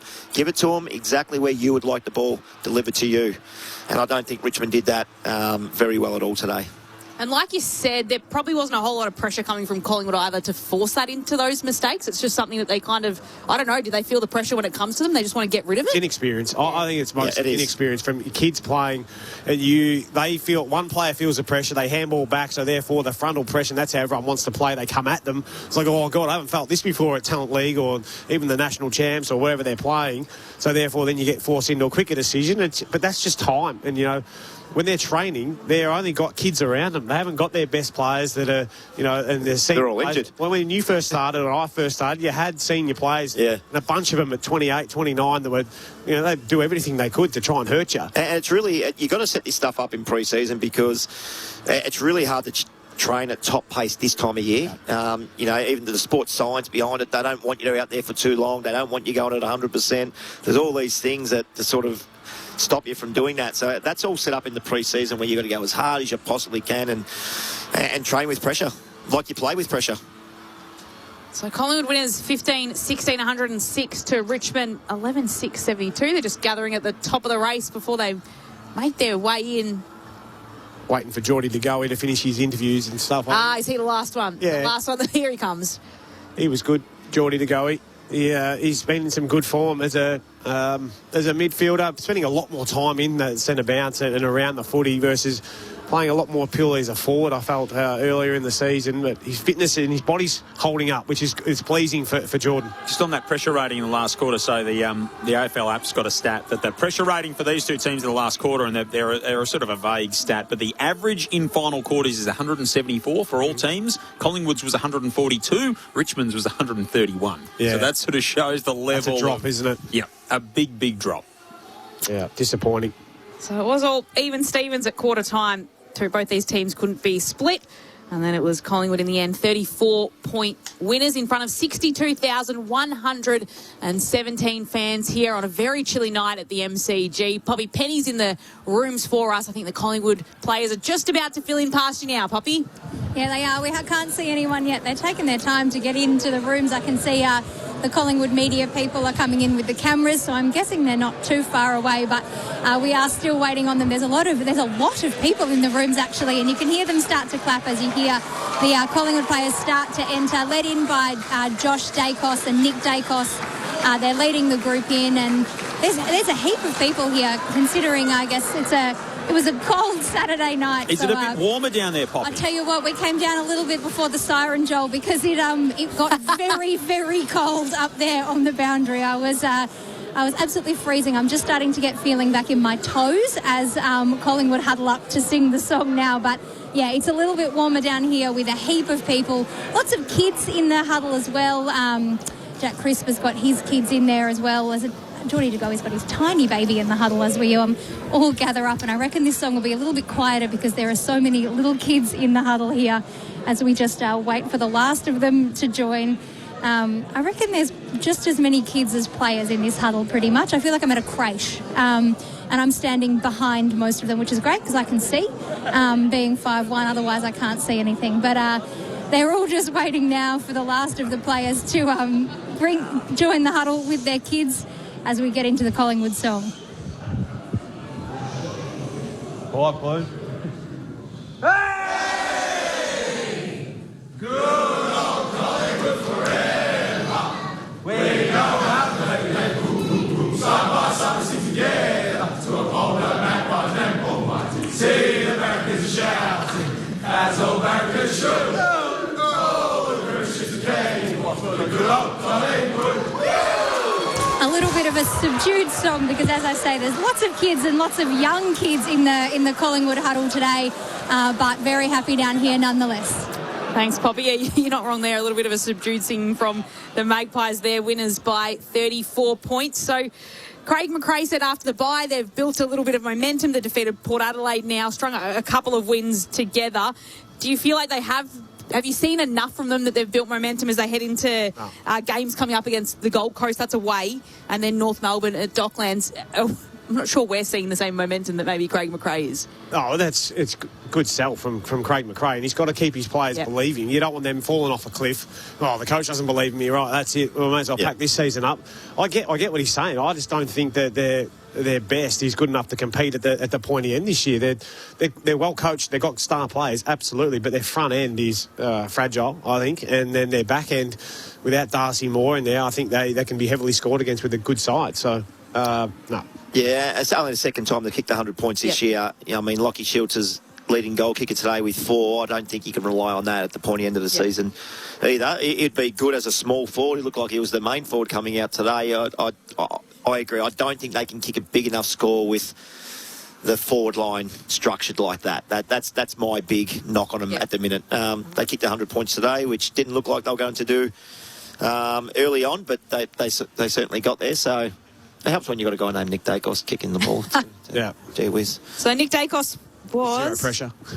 What was he? 37 disposals and 3 goals. That is the equivalent of 52. Well, 52, but we said he ended up with 37. I chose 37. So do I get to choose a restaurant for... Is that what the bet was? We go to Squire's Loft and what do I do? You get to put something in the slow cooker for all of them. Oh, okay, that's what it was. I thought you were going to take me up. But that works the other way. More than happy to come out to my neck of the woods if you want to travel How far far. is it? The train about 40 minutes, yeah. And he's Collingwood winners by 34 points. The Pies 15, 1,606 to Richmond 11,672. We can join Poppy Penny in the winners' rooms. Yeah, I'm downstairs in the Collingwood winners' rooms with Pat Lipinski. Pat, this puts you guys inside the top 10. Obviously, it's no longer a top 8. But are you guys aware, I guess, at this point of the season of the significance of a game like this? Yeah, definitely aware of it. Obviously, this season we haven't had a heap of wins. So, yeah, every game, we've made it that every game has to count. So, I think everyone would be lying if they were saying they weren't looking at the ladder. So, yeah, we've got to just bank wins and it's good to, get the wins rolling again. For a team who has had a large amount of success in the last few years, how, do you reframe that into, as you say, you haven't had as many wins as you maybe would have liked. How are you kind of framing the season internally? Well, I think we've all got that inner belief that we are still a good side, and every athlete always believes that you're going to keep winning. So, we've all got that optimistic kind of lens on the season. The games we have lost, we've been close in a lot of them. So, if you have that glass half full approach, you've got to be positive. Otherwise, it'll be a long year. This is the second time this year you guys have kicked over 100 points. I guess last week toward the end there wasn't a great deal of scoring in the end of that game against Port Adelaide. Was that a focus at all this week? We've kind of had a focus on our offence most of the season. I think early in the season we weren't scoring much at all. So every week we're working on that aspect of our game, and it's nice to get over 100 points and keep them to a low score. We're normally a great defensive side, and I think we continued that tonight, which is nice. The other thing, your tackle intensity was massive, 61 to 37 tackles, and considering it was a really convincing win, that's a pretty impressive stat. Is there a focus in the week on that kind of intensity? Yeah, we always have an internal focus on our pressure. It's one thing we always do really good, and always have a good pressure differential and tackle differential. So, yeah, it's something we always are practicing each week, and it's nice to have such a nice outnumber like that. One thing that the team have been kind of discussing and debating upstairs all day is how many touches is a goal worth? Oh, gee, that is a hard one. I don't know. I think I may have overheard them maybe saying 5 or so. I reckon that's about right. I'm going to toss upstairs to Brett Delidio, Boomer Harvey, Lauren Borden and Joel Peterson, guys. You're spot on, Pat. Brett Delidio here, mate. I love your style off field too, mate. I reckon you're absolutely kicking goals there. This is a left field one. I want to understand as a teammate of the Dacos boys, do they get any ribbing, or do you get sick of how much they give it to each other? Thanks for the fashion. Appreciate that. Get around me, so thank you. But as for playing with the Dakes boys, everyone knows that. I don't know, if you had a brother out there, you'd look for him. Yes, absolutely. So I think I would do the same if my brother was good enough to play AFL. But, I think it's awesome, though, having them on the same team. It's so good to play with them. And, we get to witness special stuff every week between the two of them. And it was awesome to see them both dominate again like they always do. And another forward comrade of yours in Lockie Schultz, mate. I feel like with Jamie Elliott going out of the side, you need that small forward to bob up. But his pressure, as well as his forward craft, has been something that you guys would be absolutely marvelling at and loving as a forward down there at the moment. Yeah, Lockie Schultz is amazing. His pressure is always there every week, and he's such a selfless player, and probably, a lot of the things he does probably go unnoticed to the naked eye, but internally in the club we always highlight those chase down tackles, all the little things he does. He blocks for teammates. So to see him kick 4 goals tonight, what's that, 20 touches plus his touches. He's obviously had a big game. So, yeah, he was awesome tonight and really happy for him.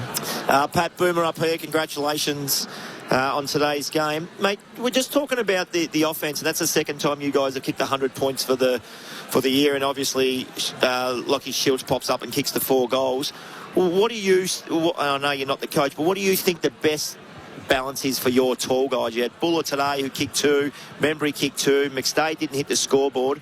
Is there anyone else that can come in? Does the ruckman float forward? What looks good for you guys as the 3 talls? Yeah, I thought they looked really good today. Not all of them always kick the goals, but they all provide a great contest, and I thought, they limited Richmond's intercept game. We know players like Broad and Miller down there are pretty nice interceptors, and I thought they got the ball to ground often, and, we have a lot of small players who are classy around goals and were able to finish. So, it was a good mix up forward, and there's plenty of good players in the VFL as well who are trying really hard to get a spot, like Charlie West at the moment. He's a great young player, and excited to see what he's capable of in the future. Pat Lipinski with us in the Collingwood rooms on ABC Sport. Angus Sandon was another one who had a big game in the VFL earlier today. Pat, Jordan De Goey's form in recent times. So he has 26 and 3 last week. That's 41 disposals for those of you playing along at home.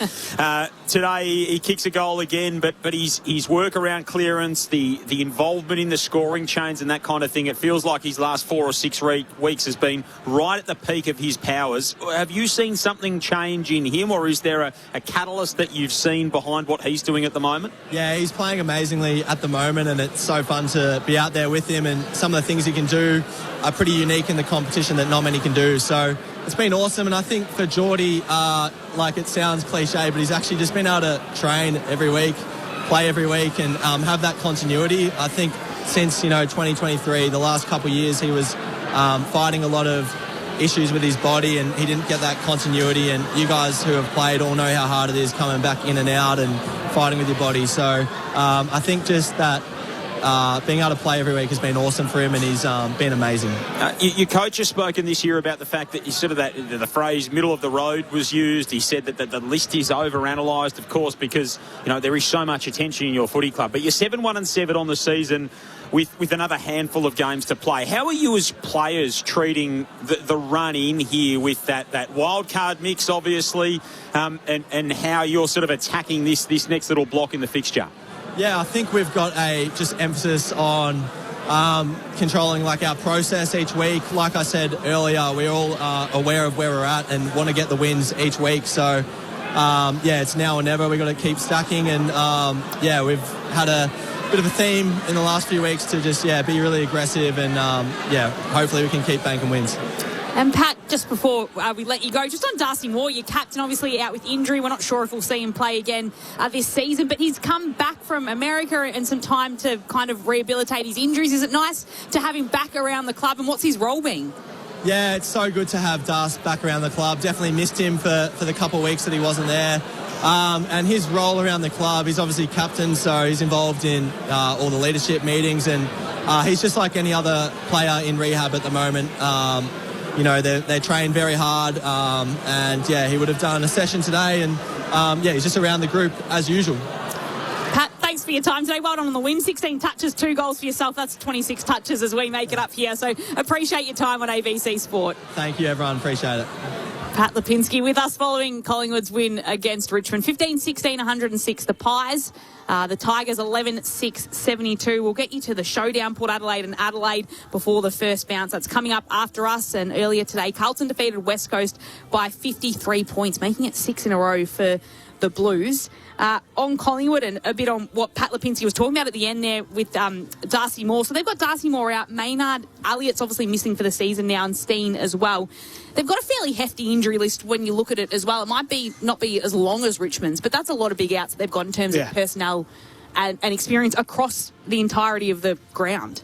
Yeah, you're right. And I think that's where, the best sides, they're probably low on injuries, and they've got their best players playing most weeks. It's very hard. You take your best players out of any side. Any team. Any team. And it's very hard to compete and compete consistently. So, they're no doubt they'd love to have a full book of players to choose from, but look at Richmond and Adam Uzo. He's hardly had a soul that he can pick. One thing Craig McRae spoke about during the week as well is that they just haven't had that selection pressure at any stage during the season. Like, they haven't had guys really kicking the door down in the VFL and putting pressure on the guys to and we hear coaches talk about it so often, and be it through injuries or just players at VFL level who don't have the continuity in their game and aren't in the best of form. That's been a bit of a factor in the mind of the Collingwood coach as well. But then you look at today, they win by 70 points over Richmond today. So Angus Anderson had a really big game in the VFL today for Collingwood, and he was one of a couple. So they kicked 19-18 today out at Bundoora. So Mitch Padaski, having come out of the team, kicked 4 goals, 5. Angus Anderson had 31 and kicked 2 goals, 1. Lockie Sullivan kicked 29 and 2 goals, 1. So he's had 39 disposals today. Charlie West kicked 2 going back there today. Big Illaru Smith operating there too. So maybe now they can start to build a little bit of pressure on those on the fringes to try and pick up their game as well. 31 scoring shots today. Do they need another? They do need another tall forward, don't they? Buller's not the answer. McStay and who was the other one I just had down there? Membry. Membry was pretty good today. But he's on 189, Membry. That's what everyone... They think he's a key forward, but he should be a half forward. He just doesn't have that work rate, but he takes a taller player, doesn't he? And he's 32 and a free agent that's right. season as well. Yeah. So out of those players that you mentioned there, were there any talls? Just off the top of my head, I can't even remember. Not really. Like Smith's a ruck forward if he ever really gets his opportunity, but that's a bit of a stab in the dark there. Padaski's, again, a mid-forward, so he was sort of brought in to play that Jamie Elliott role coming out of Coburg's VFL program as well. They flagged right at the start of the year, Collingwood, that they will be active in the marketplace. They've sort of restructured their books, that they've got some money to spend in the off-season. Now, clearly they're in the hunt for someone like a Lockie Neal to maybe bolster their midfield, but whether it's someone like a Hayden McLean, who you would imagine maybe Richmond would be after as well, he's short of an opportunity at Sydney, finds himself out of the team again this week. Feels like that name will be on the market from a tall forward, sort of ruck forward perspective as well. But goals today too, didn't he, McLean? I think 5 or 6 maybe. Yeah. And Sydney had a big win in the VFL. They bounced away from Sandringham really early in that game. But I feel like they need something else inside that forward 50 for sure. So how many of Howe, Pendlebury, Sidebottom go around again next year? I'm talking to a few people around the traps, like Pendlebury. I see no reason that he won't. Howe, it feels like he's trending more toward the likely end, and even Membry's form has come around more recently. Sidebottom's probably the one with the question mark. Like, it feels like he hasn't really ever got into the season. I mean, it'd be speculation to throw anything at it. And 367 games into his career, who says that he can't keep on keeping on? But it feels like maybe he would be the least likely out of those four. It's a tough one. I reckon the Pies are in a tough situation right now in terms of those guys, because they do what the Kangas done and get rid of 4 together. Yeah. It's we're not allowed to analyse a couple of Pies, though. We're not allowed to analyse their list. No. So, they're over-analyse. Oh, sorry. Okay. It's only because we get clicks. Yeah, well, we're not allowed to comment on their age demographic or anything like that. Biggest team in the country, over-analysing their list, according to Craig McRae. But I think when you've got some champions of the game that have played that many games, like Sidebottom and Pendlebury and Howe as well, you can't help but kind of look out there in this transitioning phase that they're in and think who's going to go on next year. So do they play finals this year, Collingwood? Oh, I can't see it. What's their draw look like at the back end of this year? So the run home for Collingwood, having banked this, so 7-1-7 inside the top 10 as it stands. A couple of teams outside, including North, have got a game to play tomorrow that could win and see them bolt back in. So away to Gold Coast next week. Then they've got North Melbourne, Carlton, a trip to Adelaide, Geelong, a trip to the west to play the Eagles. That's a much harder game over there than it is here, as evidenced today by their result against Carlton.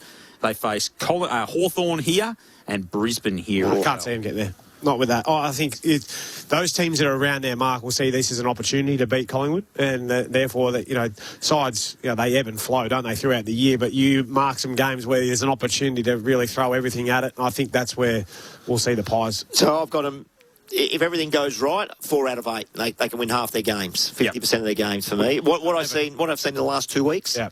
Do you need more than 11 to finish 10th? Well, they're going to have the half game, and their percentage is pretty healthy. So their percentage is above 100, but it feels like 12 will get you there. And if they win 4 from here, they go 4-4. And as Craig McRae said, and they've been all season, they're middle of the road. They'd finish 11, 1 and 11. Yep. And maybe just outside. They might finish 11, 1 and 11 in 11. So who are they up against? Who's going for that 8th, 9th, 10th? That's North Melbourne, St Kilda. North Melbourne, St Kilda. Giants at the minute. Carlton. The Suns are kind of in the mix now as well. They've dropped a little bit, haven't they? So they've sort of fallen off the boil in recent times too. So a couple of those, like even the likes of North Melbourne. So they've got Essendon tomorrow, then they play Port Adelaide, Collingwood, Melbourne, St Kilda, but they come home with Hawthorn, the Western Bulldogs, Geelong and Sydney. So you're going to have to do your winning early if you're a team like North Melbourne. There's a couple of different runs that some of those teams have, but Collingwood will be in the mix. Just depends on whether they can pinch a couple that we don't expect them to. And that's going to be the case for all of those teams in the Wild Card. Yeah, that's right. It's going to come right down. I'm not a massive fan of the wild card round, and that's just me. But I'll tell you what it is going to do. You're going to play right to the very last game of the year to find out who's going to sneak in and who's going to miss out, unfortunately. It does keep things interesting, like you said, Boomer, to the end of the season. But almost in a way, it makes a mockery of the finals when you look at some of these sides that are going to make it as we get to this point in the season. I don't think 9 and 10 deserve to make it. And I think we'll find out that this year as well. It'll be fun. It'll be fun for a little bit. You'll be flat if you're 7th and 8th, though, and you lose that wild card. The wild card. Yeah. And you drop it to 9 or 10th. It is Collingwood winners, though, here by 34 points against Richmond. 62,117 people here at the MCG. If we just switch across to Richmond at the moment, we might even be able to check in with Poppy Penny. I think she's headed across from the Collingwood rooms and into the Richmond rooms. Down to you, Poppy. Yeah, I am in the Richmond rooms. They've just come out of a meeting. I'm with Ryan Mansell. Firstly, the good news, Ryan, you're back from that wrist injury. How did it feel to be back out playing footy again? Yeah, it was great to be out there with the boys, being able to compete. Obviously, we didn't get the result we wanted, but yeah, it's been a long 3 or 4 months with the foot and the wrist, so wrapped to be back out there. You're covered in ice. Are you okay? Have you pulled up all right? Yeah, I'm all good. Just a few bruises. I'm fine though. What was the last 3 or 4 months like for you while you made your way back? Well, we had a pretty decent crew in the rehab group, so they kept me good company.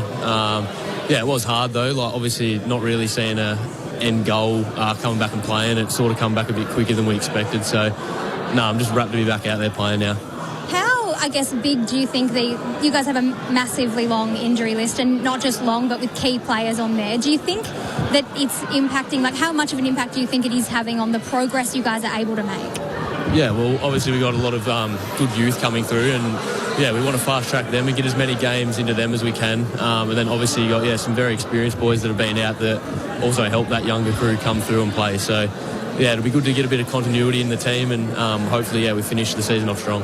Do you feel as though the group is making progress? I know the wins aren't exactly stacking up, but are you feeling as though, particularly it's such a young group, that there is progress being made? Yeah, definitely. I feel like training standards have been good. It's usually 1.5 quarters. It really hurts us each game. If we can bring that back and be in more games, that'll fast track everyone. One more from me before I toss you upstairs. I noticed Adam Uze is quite animated on the bench when, particularly early in quarters when Collingwood kicked a couple of quick ones, there was a water bottle being thrown. How intimidating is it when you're running off and you see him standing in the interchange bench waiting for you? I don't mind it. It shows a bit of go in him, and I love having that. We're down in the Richmond rooms with Ryan Mansell. I'm going to toss you upstairs to Brett Delidio, Boomer Harvey, Lauren Borden and Joel Peterson. Mance, it's Lids here, mate. I'm interested in what Ooze had to say, after the game. And what do you guys, you're probably more of a senior player now, what are you looking to celebrate, mate, when the wins aren't coming, you're not getting that nourishment? What are you looking to celebrate, like the small things like Sammy Grill kicking his first goal, or a great tackle and chase, or those sorts of things? Is that what you're doing as a senior player now with the lack of wins coming? Yeah, definitely. We're trying to get around the young boys as much as possible. Ooze sort of spoke about the second quarter really hurting us. Third quarter we won on scoreboard, and then last quarter stuck in there and had a crack. So the second half was a positive. yeah, we'll look to review that honestly and hopefully come back out next week against Carlton and have a crack. They're always a good game in their Carlton-Richmond games, and they're coming off another win, which is good for them, not so much for me as a Tiger supporter, buddy, but I thought Sammy Cumming was great today, as a young player, that one of those young players you're talking about in terms of his ability inside the contest, but blooding these young players, him, Paddy Rechko as well, being able to play some big midfield minutes is pleasing, mate, for as a supporter, but also yourself as a senior player. Yeah, for sure. It's great seeing these young boys go through the midfield and have a crack and put their head over it and get it in the forward line. It's definitely positive signs for Richmond fans. Ryan, Brent Harvey up here. Mate, congratulations on your own performance today. It was fantastic to see you back and hit the scoreboard. You dashed the goal that you kicked on the goal line, mate. The run, I think we called it about 80 or 90 metres, and then the run down tackle was absolutely superb. So great to see you back. Have we got anyone else coming back in the short term in the next 2 to 3 weeks that we can look at and go, there's a huge bonus for the Richmond Football Club because they're getting certain personnel back? Yeah, firstly, thanks, Boom. Appreciate that. Obviously, I think Lynchy could potentially be back next week or the week after. Obviously, he's a huge presence for the group, particularly in the forward line, just a presence that brings the ball to ground or marks it. So hopefully Lynchy's back. Other than that, I'm not too sure. We thought the fundamentals today were just lacking by you guys, just by hand. I think your foot skills were okay, but by hand, did that feel like it was on the back of Collingwood's pressure, or was that just something that you guys need to continue to work on being such a young group? I think a bit of both. Yeah, credit to Collingwood, their pressure was high. We just seem to fumble handballs or easy ground ball gets, which come back to cost us, and they just slingshot and kick goals. So you can't afford to do that against them. Yeah, absolutely agree. Now, mate, you're not going to play finals. What's the feeling like? And I've been there before in this situation. You've still got 8 games to go, and you're not going to play finals. To take the listeners into what the feeling's like at the football club. Are you still trying to make every day fun? Is it more about learning? Can you give us a little bit of an insight of what the feeling's like at the football club? Yeah, I feel like with all the youth that we've got, they bring in a lot of energy, no matter whether we win or lose. Obviously we need to learn as quick as we can, because we want to be challenging for finals, obviously. You don't play footy not to play finals, so... obviously you've got to still make it fun, otherwise it's a long, long year, so... No, the young boys definitely bring energy and enthusiasm to the group. Ryan Mansell with us from the Richmond Rooms on ABC Sport. Ryan, you mentioned Tom Lynch's presence coming back into that forward 50. It sort of feels like it's such a young group. It's a rather inexperienced group with the likes of Noah and yourself up there kind of leading the line. What has the messaging been to you guys about trying to get a bit of communication and a bit of leadership and a bit of direction in for that pretty young forward group? Yeah, obviously we need to work on it at training. I think it starts there. Obviously when you go out to the G and there's a big crowd, you can't really hear each other. So, there's much continuity, I guess, during the week at training. And then, we can implement it into the games, hopefully. And the contract extension, Ryan, so a year to take you to the end of 2027. There's a certain green team that comes into the competition at the start of 2028. A part of the world that you're from. I'm sure you were waiting for it. Just talk us through the decision-making process, coming off injuries like you have been and wanting a little bit of security in your own future. Like just the decision-making process that goes into to signing that contract to get you through to the end of next year. Yeah, well, I sat down with my manager and, we sort of thought that signing a 1 year would be smart for me. Obviously, being out with injury most of this year, can't really cash in too much, I guess. So, just to give me a bit of continuity going into next year and a bit of stress relief, not worrying about contracts or not. And, hopefully next year I can maximise and get a good little contract. Is it a lure at all? Have you had any from Tassie picked up the phone? You had that area code pop up on the mobile? I'm not too sure. You have to talk to my manager. Well played. You are from Launceston. It was cold out there on the MCG today. Have you played? What's the coldest conditions you've played in growing up in Tassie? Oh, geez. Probably something in the negatives. Probably junior footy when the frost was on the deck. Yep. It was quite cold back then. Well, Ryan, we appreciate your time on ABC Sport and having a chat to us. Well done your game today and your return back to footy. It was great seeing you out there. Appreciate it. Thanks, guys. Thanks for having me. So Ryan Mansell with us from Richmond. Poppy Penny heading into the Tigers' rooms. I reckon he's a player that if you're a Tigers fan, you just love to watch the way. I'm a fan. I'm a real big fan. The two things I've seen today, and I haven't seen him play a lot of football, he reminds me of young Shea Bolton, who I think I mentioned that before or off air maybe. Off air to me. The goal that he kicked, he literally started in the centre circle and kicked it on the goal line, and then that chase down tackle. I'm glad I'm seeing those things because I liked him already, and now I really like him. What about the goal for running to the... Oh, then he kicked that one as well, didn't he? Yeah. I was going to jump in. I thought... Oh, no. Did he kick... did I get them mixed up? Who kicked the one off the goal line? He was off the ground. He was the one. He ran from the middle, didn't he? Yeah, Seth Campbell. Seth Campbell kicked it. Yeah, sorry, I thought I might have got that. But no, I forgot about that one. Lids as well. That was... bit of left to right. Beautiful. He had a marking contest in that end as well in the third quarter where he didn't actually take the mark, but his ability to attack the footy, jump up, protect the drop, turn his body to the oncoming defender and really hit a contest hard. They've just lacked that kind of aerial threat from a mid-sized forward so far this year. And then he had that one on Jeremy Howe one-on-one. Yeah. He took that little one-hander that we spoke about. He does some real good things. He just needs better players. He needs more inside 50s. They had 51 inside 50s today. If that ball's going in there another 15 times, that's another two when I say better inside 50s. Better inside 50s and another 15.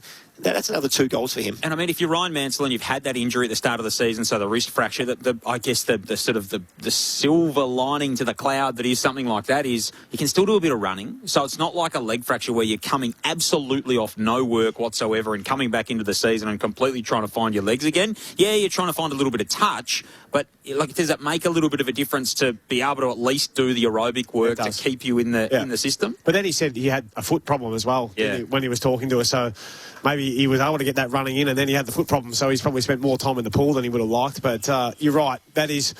Oh, mate, I didn't have a heap of injuries early days, but one was a broken hand, but you could keep the running up, which was really good. But yeah, I was similar, Lids. I dislocated my elbow as my that was big against one. us.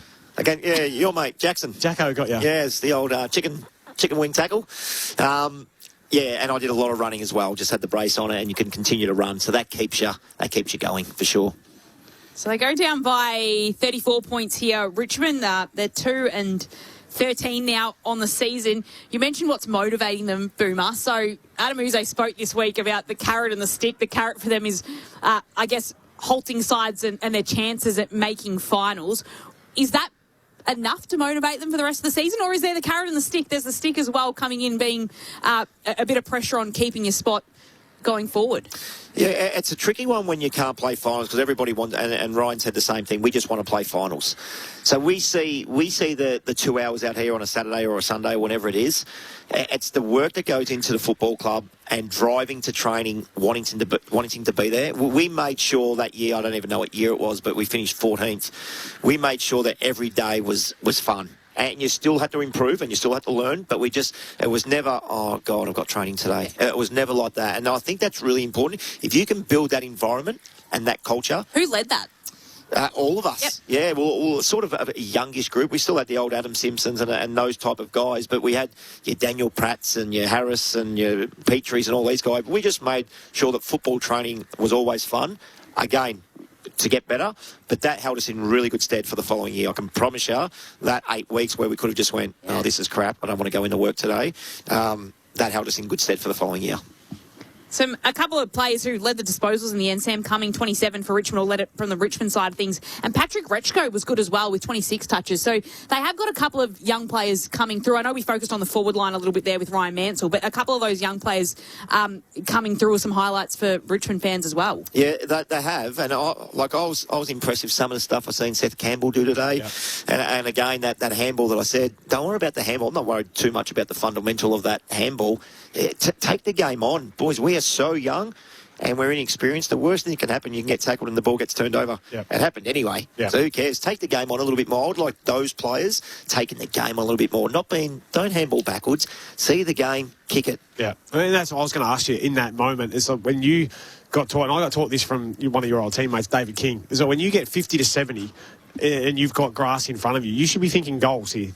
And how do you break the paint and then trying to kick a goal? And that's what, it's not so much the missed handball, it's the mindset switch of, you don't have to bring that player in if you've got time and space to go and kick a goal or lace out a teammate. And then the other thing that happens on the back of that, Lids, once you start doing that more and more, they press straight away. They're not letting you run and take another bounce. So they press. Everything else. So you get it's an easier goal. Instead of you kicking it from 35, 40, someone's kicking it from 25 because you'll just give an easy handball over the back. So, over the top. So that will come with this team, but I would like to see more exciting football. Don't overdo the hands. Yeah. Run, carry, be youthful, be exciting. And you think about a list build perspective, so they've obviously got that really high talent that they've drafted in, but Seth Campbell's a rookie pick and Patrick Rechko's a retread from Geelong who came off the rookie list there, and they've given up minimal capital to get that. They've got Kai Anand out of the mid-season draft. You only need a few of those, and then for that top-end talent to finally sort of come online and start performing, and then this picture looks a hell of a lot rosier for Richmond. Well, Kai Anand, if he's one that can handle, I think, with some of his kicks that we saw today.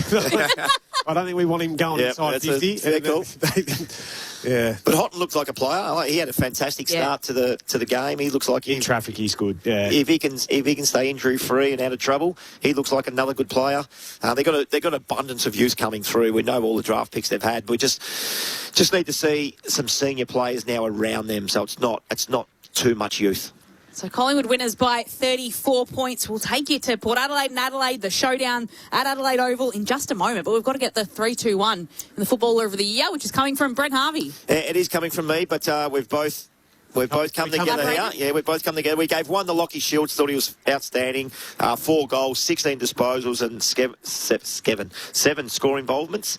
Tim Taranto gets the 2, 26 touches, 4 goals. Yeah, impressive. 4 goals, which is like 46 disposals. 7 inside 50s and 7 score involvements also. And then just through numbers, it's unbelievable how he just accumulates. And you look at it and he's had 20, and then you look at it again, he's had 32. I think he had 15 in the last quarter. Yep. Lids, I think you mentioned 37 disposals, Nick Dacos. But the most clearances on the ground as well. So it's not just that he's getting cheapies. He does some pretty damn good stuff. He hit the scoreboard when the game was, 14 hot. Score involvements. Wow. 2 goals in the first quarter, 14 scoring involvements, as you mentioned, 9 inside 50s. Yeah. So putting the ball in there as well, not just kicking goals. Again, the best player on the ground. Yeah. Shout out Josh Dacos. You kick your goals, mate, you would have got in there as well. You kicked 3 points. 3 points. Yeah. Absolutely. Nice little drive-by from Pat Lipinski on while we're talking about brothers playing footy, when he said if my brother was good enough to play footy, it was nice, wasn't it? It was good. So 3 for Nick Dacos, 2 to Tim Taranto, 1 to Lockie Schultz in the ABC Footballer of the Year. We did promise everyone your special yes, we did. bolognese special ingredient. Can you give it away? And Boomer Harvey. Yeah, I'll go with it. I put barbecue sauce in there. Barbecue sauce. I put barbecue sauce. I'm going to give it a try. Nice. Yep. I've never done that before. I'll give it a try. Give it a good squirt. Wouldn't have got into my votes, but I'll definitely give the barbecue sauce a little bit of brown sugar just to sweeten it up a little bit, but barbecue sauce. Here we go. You can recreate that one at home. Brent Harvey's spaghetti bolognese recipe, or you might be going home to put on the slow cooker. It's already done. For tomorrow. The preparation's already done. Going to be waking up for the World Cup bright and early with dinner. So that's going to be exactly. Collingwood winners here at the MCG, 15-16, 106. They've scored more than 100 points for the second time this season, defeating Richmond 11-6, 72. That's a 34-point victory the way of the Pies. Big thanks to Brett Harvey, Brett DeLidio, Joel Peterson, to Poppy Penny on the boundary, to Leo Keefe pushing the buttons at the back of the box, and to Jules Hay in the studio for keeping us all on air across this afternoon. It was 62,117 people in at the MCG today, where it was Nick Dacos getting the 3 votes in the ABC Footballer of the Year award for his 37 touches and 3 goals. Tim Taranto also having an outstanding game for the Tigers with 4 goals for his tally. But it is Collingwood with a couple of wins in a row by 34 points here at the MCG. For our audience, you'll all be heading across to Adelaide Oval, where it is the standalone showdown. Port Adelaide and Adelaide to take on each other. It was an absolute thriller the last time they met. Port got ahead, and then it was Braden Cook who kicked the winner for the Crows. It doesn't matter where these two sides sit on the ladder. They seem to always have a cracking showdown when they play each other. You'll be heading along there now. It'll be Aaron Bryans and Tom Wilson, the call team. Rod Jamison, Loz Arnell, your experts, and Braden Ingram on the boundary.